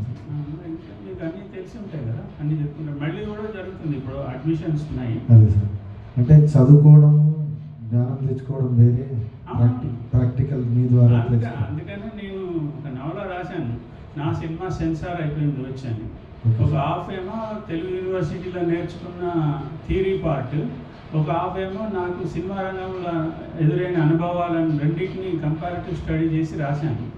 మనం ఇక్కడ ఏమనుకుంటాం, మనం ఇంత గొప్పగా చెప్పారు కదా, పోగానే సినిమా రంగం ద్వారాలు తెరిచి మనల్ని ఆహ్వానిస్తుందని అనుకుంటాం, కానీ అక్కడ ఎవడు అటెండర్ కూడా మన మొహం చూడాడు. నేను అన్ఫార్చునేట్లీ జాబ్లోకి వెళ్ళాల్సి వచ్చింది సార్, కమర్షియల్ ఫైనాన్షియల్ ప్రాబ్లం వల్ల. ఎందుకంటే యాక్చువల్గా సిన్స్ 98 నుంచి నేను అసిస్టెంట్ డైరెక్టర్గా వర్క్ చేశాను. 94లో జాబ్లోకి వెళ్ళాల్సి వచ్చింది.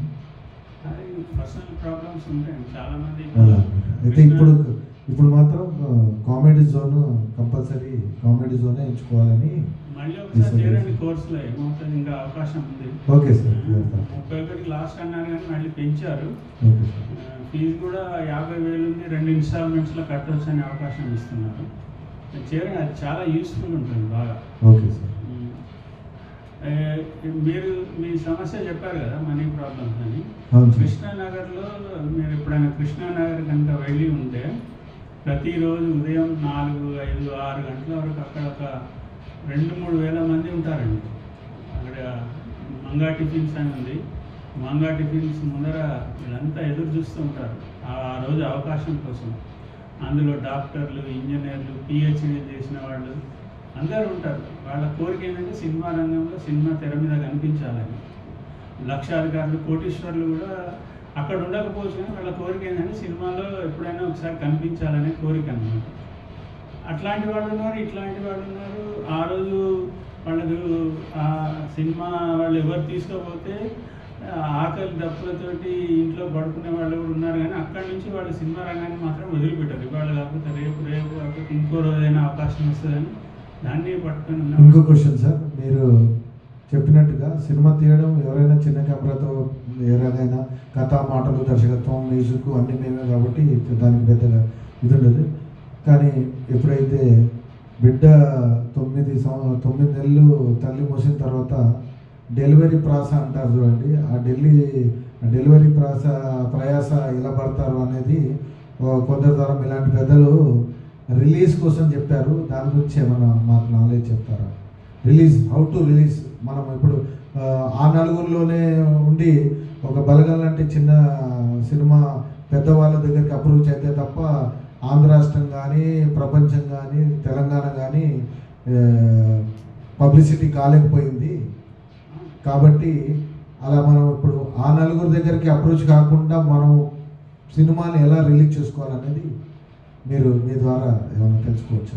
అంటే దానికి ఇప్పుడున్న పరిస్థితుల్లో అయితే మనం చేసుకోవచ్చు, కానీ డబ్బులు ఖర్చు పెట్టి చేసుకోవాలండి.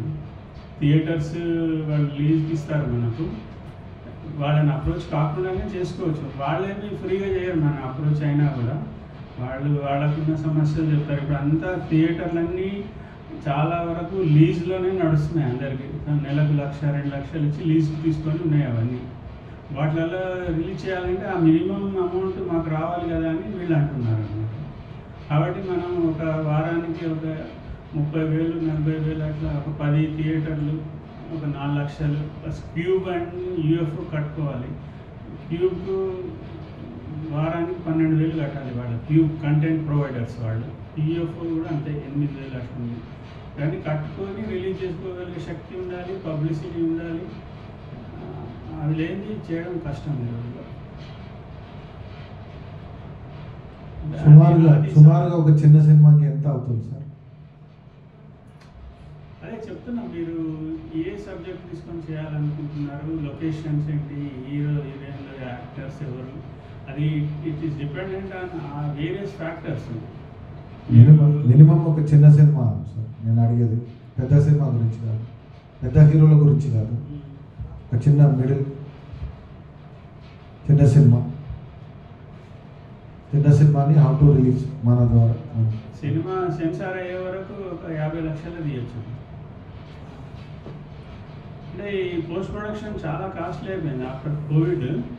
మనం editing, dubbing, music, RR, sound effects, DI ఇవన్నీ చేయాల్సిందే చిన్న సినిమాకైనా సరే. ఇవన్నీ చాలా కాస్ట్లీ అయిపోయినాయి అన్నమాట. తర్వాత పాటలు కానీ సింగర్స్ ఉన్నారు, వాళ్ళకి చాలా కాస్ట్లీ అయిపోయింది ఫేర్. అది 40 నుంచి 50 లక్షలే తీయొచ్చు. ఒక 20 నుంచి 25 రోజులు పడుతుంది. మనకి డైలీ 1 లక్ష రూపాయలు ఖర్చు వస్తుంది. కెమెరామెన్, భోజనాలు, ట్రాన్స్పోర్ట్, హోటల్స్, వీళ్ళందరికీ 20-30 మంది ఉంటారు మనతోటి సినిమా తీయాలంటే. కెమెరాతో పాటే 5-6 ఉంటారు. అసిస్టెంట్ డైరెక్టర్స్ 2-3 ఉంటారు. ఆర్ట్ వాళ్ళు ఉంటారు. యాక్టర్స్ 10-15 మంది ఉంటారు. ఒక సినిమాకి మీరు ఎన్ని సీన్స్ ప్రిపేర్ చేస్తారు సార్? మాలాంటి వాళ్ళకి ఏం సజెషన్ చెప్తారు? ఒక సినిమాకి ఎన్ని సీన్లు అవసరం అని చెప్తారు? సీన్లు మన స్టోరీని బట్టి ఉంటాయి. నా సుమారు ఒక 100 సీన్లు తీస్తాను నేను. 100 సీన్లు తీసి అందులో ఎడిటింగ్లో కొన్ని పోతాయి, మన లెంత్ని బట్టి అన్నమాట. మనం రాసుకున్నప్పుడు చాలా కొత్త ఉత్సాహంతో అన్నీ రాసుకుంటాం, కానీ కొన్ని తీయడం సాధ్యం కాదు మనకు ఆ సీన్లు. ఇప్పుడు ఉదాహరణకు అంపశయ్యలో, మీరు ఎవరైనా అంపశయ్య నవల చదివి ఉంటే తెలుస్తుంది. ఫస్టే అందులో ఒక పెద్ద హీరో ఒక లోయలో పడిపోయి కొట్టుకుపోతూ ఉంటాడు అనమాట. అందులో ఉన్న పాత్రధారులందరూ ఆయన పిలుస్తూ ఉంటారు, ఆ లోయలో కొట్టుకొని ప్రవాహం పోతున్న వరద వచ్చి కొట్టుకుపోతుంది. అట్లాంటి సీన్ తీయాలంటే నాకు కనీసం ఒక 20 లక్షలు ఖర్చు అవుతుంది. తీయలేము కూడా, నా వల్ల కాదు అది అంత పెద్ద సీన్ తీయడం. అందుకని నేను ఏం చేశానంటే దాన్ని మార్చేసి ఒక 4 కూడల జంక్షన్ ఉంటుందండి. 4 రహదారుల మధ్యలో ఒక జంక్షన్ ఉంటుంది. ఆ జంక్షన్ మధ్యలో హీరోని నిలబెట్టాడు. ఒకవైపు నుంచి అమ్మ, ఒకవైపు నుంచి టీచర్లు, ఒకవైపు నుంచి మిత్రులు, ఇంకోవైపు నుంచి ప్రియురాలు. వీడు రవి రా రా రా రవి అని ప్రియురాలు పిలుస్తుంది, తల్లి కూడా పిలుస్తుంది, రవి రా అని పిలుస్తుంటే రావడం లేదని అంటుంది. ఇంకోవైపు నుంచి ఉద్యోగాలు అని స్నేహితులు అంటారు, ఫీజు కట్టు అని ఇంకొక వైపు నుంచి టీచర్లు అంటుంటారు. అంటే నాకు కావాల్సింది ఏంటి, ఆయన ఒక కలత నిద్రలో ఉన్నాడు, ఆయనకు భవిష్యత్తు మీద భయం ఉంది, ఉద్యోగం వస్తుందా రాదా, తను ప్రేమించిన ప్రియురాల్ని పొందుతానా లేదా, అమ్మ కోరిక తీరుస్తానా లేదా అన్న భయాందోళన అతని లోపల ఉన్నాయి. వాటిని ఎక్స్ప్రెస్ చేయడానికి ఆయన నవల కాబట్టి ఏదైనా రాసుకోవచ్చు. మనం అందులో తీయాలంటే మన దగ్గర శక్తి ఉండాలి, వనరులు ఉండాలి. అందుకని చెప్పి నేను దాన్ని ఆ విధంగా చిన్న బడ్జెట్లో అది కంప్లీట్ చేశాను. అంపశయ్య అర్థం ఏంటి సార్? అంపశయ్య అంటే ముళ్ళ పాండు. మన మహాభారత యుద్ధం లోపల భీష్ముడిని అర్జునుడు బాణంతో వేస్తే ఆయన చనిపోవాలి యాక్చువల్గా, కానీ ఆ ఉత్తరాయణ పుణ్యకాలం వచ్చిన తర్వాతనే చనిపోవాలని భీష్ముడి కోరిక. అందుకని ఆయన ఏం చేసినాడంటే అర్జునుడిని వేడుకుంటాడు, నాకు ఉత్తరాయణ కాలం వచ్చిన తర్వాతనే నేను మృత్యువుని ఆహ్వానిస్తాను, అంతవరకు నేను బతకాలని చెప్పి ఆ యుద్ధరంగంలో కానీ బాణాలతోటి ఒక ముళ్ళ పాన్పు లాంటిది ఏర్పరుస్తాడు అనమాట. అంటే ఒక విద్యార్థి జీవితం యూనివర్సిటీలో ముళ్ళ పాన్పు లాంటిది అని చెప్పి ఉదాహరణగా ఆయన ఉద్దేశం. ఓకే, ఇంకా నమస్కారం సార్. నమస్తే అండి. సార్ నిరాశ నేను ఏం లేదు సార్, మీరు ఢిల్లీ వరకు నేషనల్ లెవెల్ వరకు సార్ వినబడట్లేదు. నేషనల్ వరకు వెళ్ళింది మీరు ప్రదర్శించిన తీసిన సినిమా ఇప్పుడే ఢిల్లీ నుండి వచ్చిందన్నారు. తప్పకుండా మీరు ముందుకు వెళ్తారు సార్. నెక్స్ట్ టైం అవార్డ్స్ లేవు, నా సినిమా లేదు ఇంకా. ముందు కూడా రాదండి, ఎందుకంటే ఇంతకు ముందు కూడా నేను నేషనల్ వరకు వెళ్ళాను, అప్పుడు కూడా రాలేదు, ఇప్పుడు కూడా రాలేదు, కాబట్టి ఇంకా రాదని నాకు తెలుస్తుంది. అక్కడ పోటీ పడలేము మనము. నా సినిమా బడ్జెట్ కంటే ఎక్కువ ఖర్చు పెట్టాల్సి వచ్చేటట్టుంది అక్కడ. లేదు సార్, తప్పకుండా ఇంకా సమాజంలో ఉత్తేజపరిచే చిత్రాలు వచ్చేందుకు తప్పకుండా అవకాశం ఉంటుంది sir. Thank you sir, thank you. రావాలి కోరుకుంటున్నాను. నేను ఇప్పుడు తీసే గర్భకోశం సినిమా అట్లాంటి సబ్జెక్ట్తోనే తీస్తున్నాను, వెరీ కాంటెంపరీ. ఈ మొన్న జూన్ లోపలనే ఆంధ్రప్రదేశ్లో పెద్ద ఇష్యూ వచ్చింది దాని గురించి, అది తీస్తున్నా, చూడాలి అది ఏ విధంగా ఉంటుంది. సార్ ఇప్పుడు ఈ మన తెలంగాణ చూసుకుంటే సిటీలో డ్రగ్స్ అని చాలా శ్రద్ధ పెడతాం, కానీ విలేజ్లలో మద్యం ఏరులై పడతాం. అంటే ప్రభుత్వానికి ఏదో వ్యతిరేకమని కాదు, సమాజంలో యువత సిటీలో కంటే ఇంకా ఇలాంటి దిక్కు తోచని పరిస్థితిలో గ్రామాలలో యువత చీప్ లిక్కర్ ఇలాంటి, అది కూడా ఒక డ్రగ్స్ లాంటిది. అవి భవిష్యత్తు అన్నది వాళ్ళకు గైడెన్స్ లేని పరిస్థితికి వచ్చింది.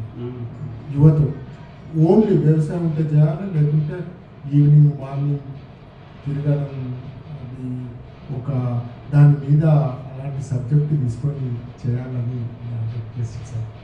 ఇంకా నేను సినిమాలు తీయలేను సార్, డబ్బులు అయిపోయినాయి, సమస్యలు చాలా ఉన్నాయి. కానీ ఇప్పుడు దాన్ని కూడా మళ్ళీ కమర్షియల్ చేస్తేనే సక్సెస్ అవుతాయండి. ఇంకా హీరో రావాలి, ఆ డ్రగ్స్ మూటని పట్టుకొని అట్లాంటి చాలా సినిమాలు వచ్చినాయి కదా. అంటే వాళ్ళ హీరోయిజం ఎలివేట్ చేయడానికి ఈ సంఘటనను వాడుకుంటాడు, కానీ ఈ సంఘటనను నిర్మూలించడానన్న ఉద్దేశం ఈ మన కమర్షియల్ సినిమాలలో లేదు అన్నమాట. సార్ ఇప్పుడు మన ప్రభుత్వాలు కూడా మద్యం, ఈ రైతుల ఆత్మహత్యలు ఇవన్నీ ప్రభుత్వాలకు అన్నీ తెలిసి దాని కింద మద్యం చాలా మెయిన్ రోల్ చేస్తాను సమాజంలో.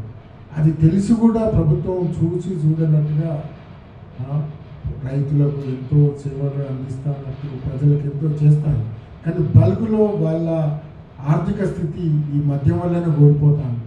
మళ్ళీ తిరిగి ప్రభుత్వానికి చేస్తాను, దాన్నే వీళ్ళకు మళ్ళీ పంపిస్తాను. ఎక్కడో పైనుంచి వాటర్ పోసినట్టే ఉండి కింద దాన్ని రంధ్రంగా చేసి అదే డబ్బులు రిటర్న్గా తీసుకుంటాను. అది ఒక సబ్జెక్టుగా, ఎందుకంటే నేను ఒక ఆర్మీ పర్సన్ సార్, ప్రస్తుతం సిక్కింలో ఉన్నాను. -20 డిగ్రీ ఉంటుంది అక్కడ చలిలో, సెలవులో వచ్చింది.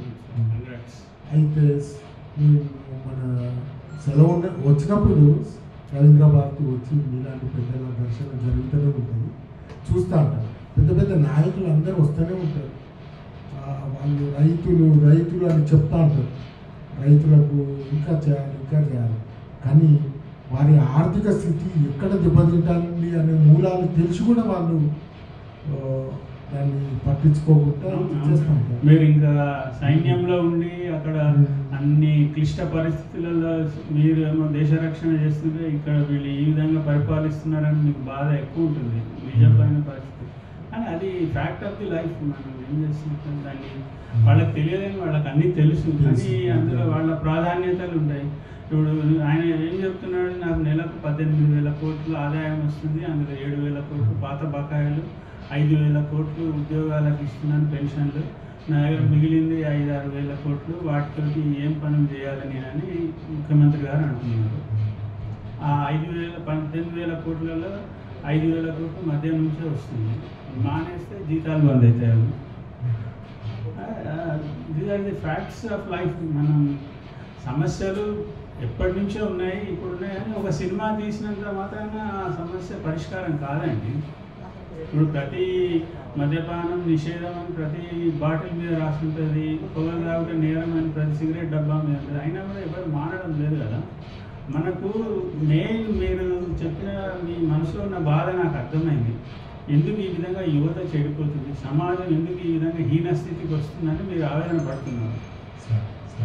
కానీ వీళ్ళకు ఒక రోల్ మోడల్ లాంటి వ్యక్తి, ఒక ఆదర్శకరమైన వ్యక్తి మన సమాజంలో ఉంటే బాగుండేది. ఒక నాయకుడు కానీ ఒక హీరో లాంటి వ్యక్తి మనకు ఇవి చెప్పగలిగితే బాగుండేది. ఇప్పుడు ఈ రాజకీయ నాయకులు చెప్తే ఎవరు వినడం లేదు, వాళ్ళు చేసే దందాలని వీళ్ళకి తెలుసు కాబట్టి వీడని మనకు చెప్పేది అనుకుంటున్నారు. అట్లాంటి కాకుండా మనకు ఒక అబ్దుల్ కలాం లాంటి వాడు, ఆయన చెప్తే చాలామంది లక్షలాది మంది ఇన్స్పైర్ అయ్యారు.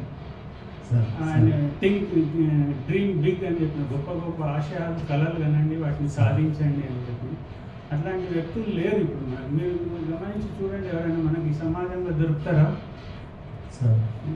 మనం చూసినాం కదా నిన్ననే కింగ్డమ్ సినిమాకు 37 కోట్లు మొదటి రోజు కలెక్షన్స్, ఇంకో సినిమాకు 70 కోట్లు. ఇవన్నీ మనకి ఏం నేర్పిస్తుంది?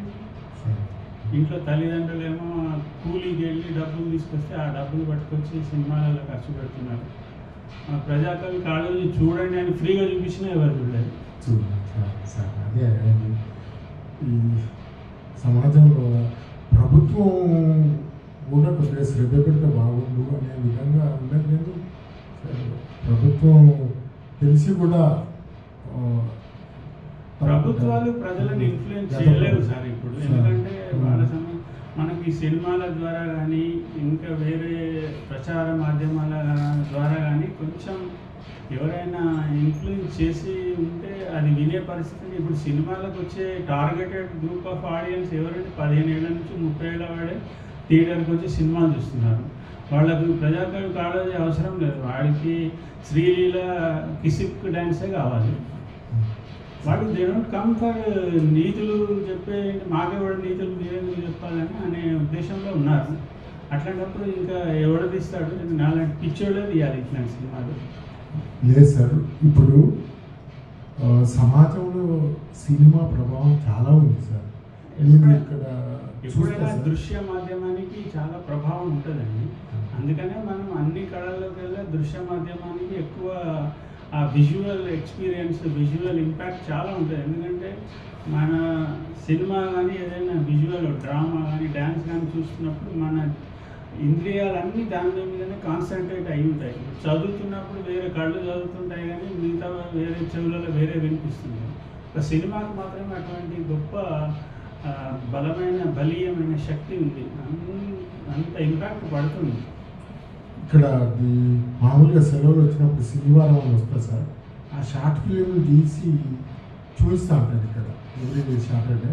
చూసినప్పుడు ఆ హీరో వాళ్ళు కటింగ్ చేసుకోకపోవడం, గడ్డం ఉండడం, చిన్న పాయింట్లు, అదొక సైడ్ ఆ ప్రభావం స్టూడెంట్ మీద పడతాను సార్. అది ఇప్పుడు కొత్త హీరో ఏది పెట్టి ఇప్పుడు విజయ్ దేవరకొండ గుండు ఫేమస్ అయింది కదా, రేపటి నుంచి చూడండి అన్ని గుండులే కనిపిస్తాయి మనకు సార్. వాళ్ళ ప్రభావం ఎక్కువ ఉందండి. అయినా దీన్ని మార్చాలి సార్.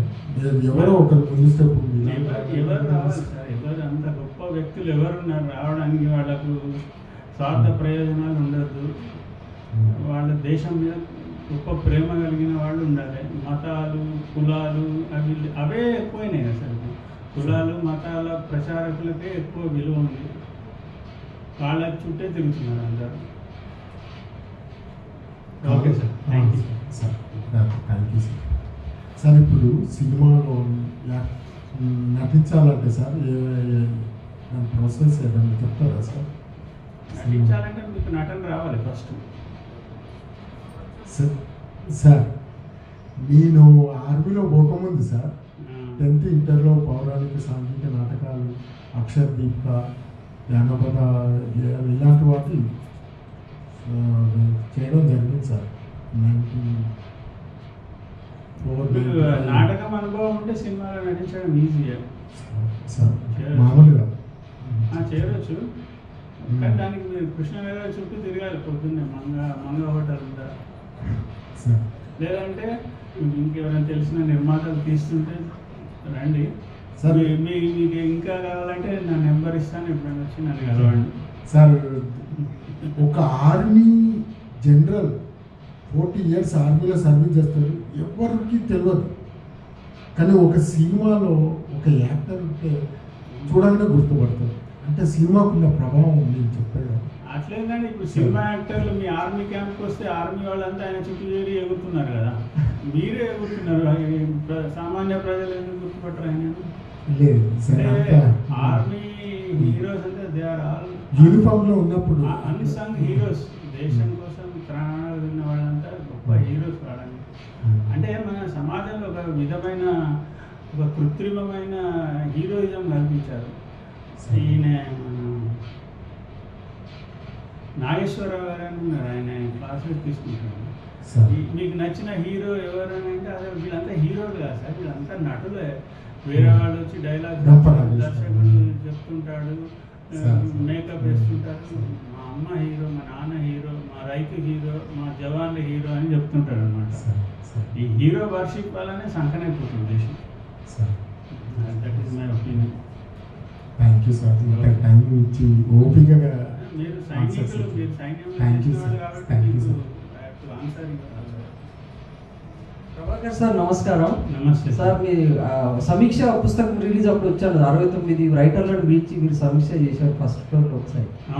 చాలా అద్భుతంగా చేశారు. మీరు ఇంత కష్టపడతారు అంటే అప్పుడు మీ చెప్పారు మీ అంటే మీరు చిన్నప్పుడు ఎంత కష్టపడి చదివారు, ఇంత బాగుంది సార్. నిజంగా అద్భుతం. మీరు రైటరు కష్టపడతారు, రైటరు ఫ్యామిలీని బాగా చూసుకున్నారు, తర్వాత సినిమాలలో దిగారు. సినిమాలు బాగా చేశారు. అన్ని సినిమాలు చాలా బాగా ఉన్నాయి, చూశాను నేను.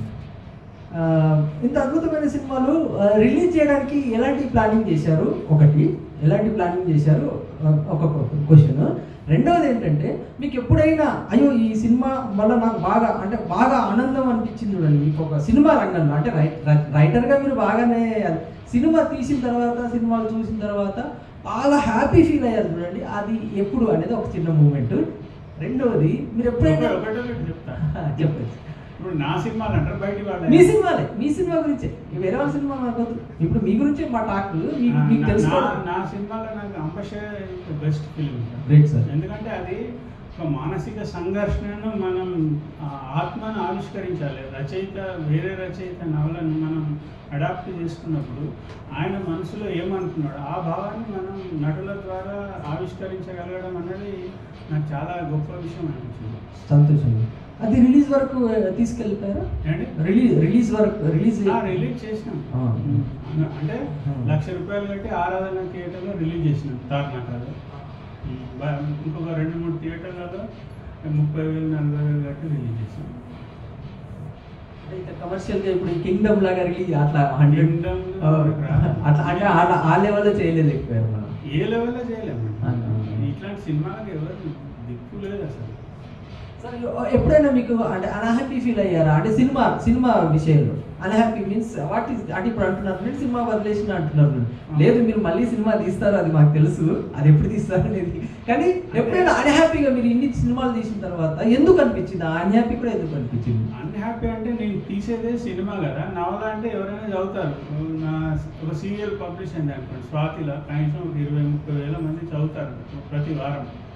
సినిమా తీస్తే కనీసం 1,00,000 మంది అయినా చూడాలి కదా. చూడగలిగే అవకాశం లేకుండా చేసినందుకు అన్హ్యాపీనెస్. అదర్వైజ్ నా సినిమా నాకు చాలా గొప్పగా నచ్చినాయి అన్ని సినిమాలు. నేనే ముందు I'm the best critic for my self. నాకు నచ్చకపోతే 100 సార్లు ఆ సినిమాని షూట్ చేస్తాను. ఒక్కొక్క షాట్ కోసం ఎంతో కష్టపడి తీసిన సమయాలు ఉన్నాయి. రాత్రి 12 వరకు కూడా తీసిన ఒక షాట్ బాగా రాకపోతే. Cinema quality content wise I was never unhappy. కానీ దాన్ని మార్కెట్ చేయలేకపోతున్నామే. ప్రజల కోసం తీసిన సినిమాని ప్రజలు చూడకపోతే ఎట్లా? ఇప్పుడు బలగం సినిమా ఉందండి, అది ముందు ఒక షార్ట్ ఫిలిం లాగా స్టార్ట్ అయింది. అందులో తర్వాత దిల్ రాజు గారు ఎంటర్ అయ్యి దాన్ని అది కూడా అంతే ఒక 2 కోట్ల లోపల సినిమా తీశారు. కానీ ఆయన పూనుకోబట్టి 2 రాష్ట్రాలలో రిలీజ్ చేసి దాన్ని ఒక 3 రోజులు సస్టైన్ చేసిన తర్వాత సినిమా సక్సెస్ బాట పెట్టింది. సార్ ఇప్పుడు అది కమర్షియల్ అయితే ఇప్పుడు అంటే ఇప్పుడు మనలాంటి సినిమాలు, ఇప్పుడు మన చిన్న ప్రొడ్యూసర్లు మనలాంటి సినిమాలని జనాల్లోకి తీసుకెళ్ళడానికి ఆల్టర్నేటివ్ ఈ థియేటర్లో పక్కన పెడితే ఆల్టర్నేటివ్గా మనం ఏం చేస్తే బాగుంటుందని ఒక సజెషన్తో క్లోజ్ చేద్దాం సార్. Thank you. నాకు సజెషన్ ఏంటంటే ఎవరైనా ఓటీటీ వాళ్ళు మనకు సహాయం చేస్తే that is the best platform అండి. సార్ ఓటీటీస్ పక్కా కమర్షియల్. వాళ్ళు బ్యాన్ అయిన 24 ఓటీటీలో అయితే ఫుల్ కమర్షియల్. వాళ్ళైతే అసలు యూట్యూబ్లో వ్యూవర్షిప్ లేదు. ఇప్పుడు అంటే యూట్యూబ్, ఓటీటీ, థియేటర్ ఈ 3 వదిలేస్తే what is another alternative we can create అనేది ఒక చిన్న మీరు అనుభవజ్ఞులు. సో మన సినిమాలని పక్కగా తెలంగాణ సినిమాలు ఇలాంటి కంటెంట్లు, ఇప్పుడు కాళోజీ గారి బయోపిక్ అద్భుతమైన బయోపిక్, అది మనం జనాలకి ఎట్లా తీసుకెళ్ళాలి? యూట్యూబ్ అనేది ఒకటి ఉంది కానీ జనాలు క్లిక్ చేస్తలేరు. ఎందుకు చేస్తలేరు అంటే దాని పక్కన వేరే కంటెంట్ ఉంది, అది క్లిక్ చేస్తున్నారు. సో ఇప్పుడు దానికి ఏంటి ఆప్షన్? ఎలా ప్రభుత్వం అనేది వ్యూవర్స్ మీద డిపెండ్ లేదు సార్. ఇప్పుడు మనకి లేదండి. ఇప్పుడు కర్ణాటకలో అట్లా ఉంది. మన దగ్గర పొలిటికల్ విల్ లేదు. కానీ కర్ణాటకలో చిన్న సినిమా కోసం 40% ఎగ్జిబిషన్స్ అంటే ప్రదర్శనలు రిజర్వ్ చేయబడ్డాయి. ప్రతి సినిమాకు వాళ్ళు 15 లక్షల రూపాయలు సబ్సిడీ ఇస్తారు. పిల్లల సినిమా అయితే 25 లక్షల రూపాయలు సబ్సిడీ ఇస్తారు. మన దగ్గర లేదు. అది మేము మొన్న ఎఫ్డిసి ద్వారా గవర్నమెంట్కి సబ్మిట్ చేసాం. అది గురువు గారు అది అందరి ద్రాక్ష, అది వదిలేద్దాం. ఇప్పుడు మా ఫిల్మ్ మేకర్లకి చిన్న గైడ్ ఆల్టర్నేట్గా గవర్నమెంట్ మీద డిపెండ్ అవ్వద్దు, ఓటీటీ మీద డిపెండ్ అవ్వద్దు, థియేటర్ మీద డిపెండ్ అవ్వకుండా ఈ సినిమా రంగాన్ని ముందుకు ఎట్లా తీసుకెళ్లాలని మీ సజెషన్ చిన్నగా. మీరే ఇవ్వాలి సార్, నాకు మనం దినదిన రోడ్డు మీద తీసుకెళ్ళైతే ప్రదర్శించలేం. బలగం వాళ్ళు కట్టి తీసుకుపోయినారు కదా స్క్రీన్లు, బలగం కట్టి స్క్రీన్ కట్టి వెహికల్కి స్క్రీన్ కట్టి ఊరూరా తీసి చూపించారు. అంటే అది out of the interest of the public కోరుకున్నారు కాబట్టి తీసాం. మనం ఇట్లా కట్టి తీసుకుపోయి చూపిస్తే ఎవరు వస్తారు? ఎవరు రారు. వాళ్ళ మీటింగ్కే ఎవరు రాలేదు, అక్కడ పోయి ఏం చేస్తాం మనం?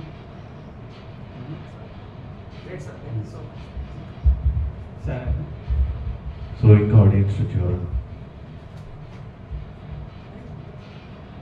మీ వ్యక్తిగత జర్నీ గురించి కొంచెం చెప్పండి సార్. చెప్పినా సార్ ఇంకా అయితే ఇప్పుడు మీరు ఒక ప్రభుత్వ ఉద్యోగిగా ఉండి సినిమా వైపు వచ్చినటువంటి అనుభవం.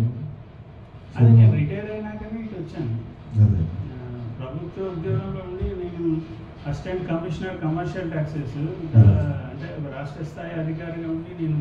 మీకు చిన్నప్పటి నుంచి ఏమైనా ఉందా సినిమా డైరెక్షన్ చేయాలా, సినిమా సార్? తెలుగు రాష్ట్రాలలో సినిమా రంగం గురించి కళలు కానీ వాళ్ళు ఎవరు ఉండరు. సినిమాలో నటించాలని, సినిమా తీయాలని. ఇంకా బికాజ్ ఐఎమ్ రైటర్. నేను 44 నవలలు రాశాను, అందులో 6 నవలలు సినిమా రంగం మీదనే రాశాను. అది సినిమా మీద చాలా ఇష్టం చిన్నప్పటి నుంచి. కానీ మా పరిస్థితులు ముందే చెప్పిన, మేము దిగువ మధ్యతరగతి కుటుంబం నుంచి వచ్చాము. మీరు అన్నట్టుగా నేను కూడా కంపాషనేట్ గ్రౌండ్స్లో అపాయింట్ అయ్యాను. బోర్డని బాధ్యతలు, కోరికలు ఉండడానికి సరిపోదు కదా, దానికి తగ్గ ఆర్థిక వనరులు ఉండాలి. మనం ఉద్యోగం వదిలేసి సినిమాకు రాగలిగిన అవకాశం ఉంటే బాగుండేది. కానీ అట్లాంటి అవకాశం నాకు లేదు. నేను ఇదే 30 ఏళ్ల క్రితం వస్తే నేను కూడా ఇట్లాంటి సినిమాలు, కమర్షియల్ సినిమాలు తీసి సక్సెస్ఫుల్ డైరెక్టర్ అయ్యేవాడిని. అయ్యేవాడిని కూడా చెప్పాలని.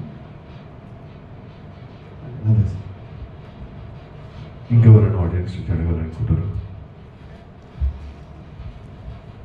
Okay sir, thank you sir, thank you so much for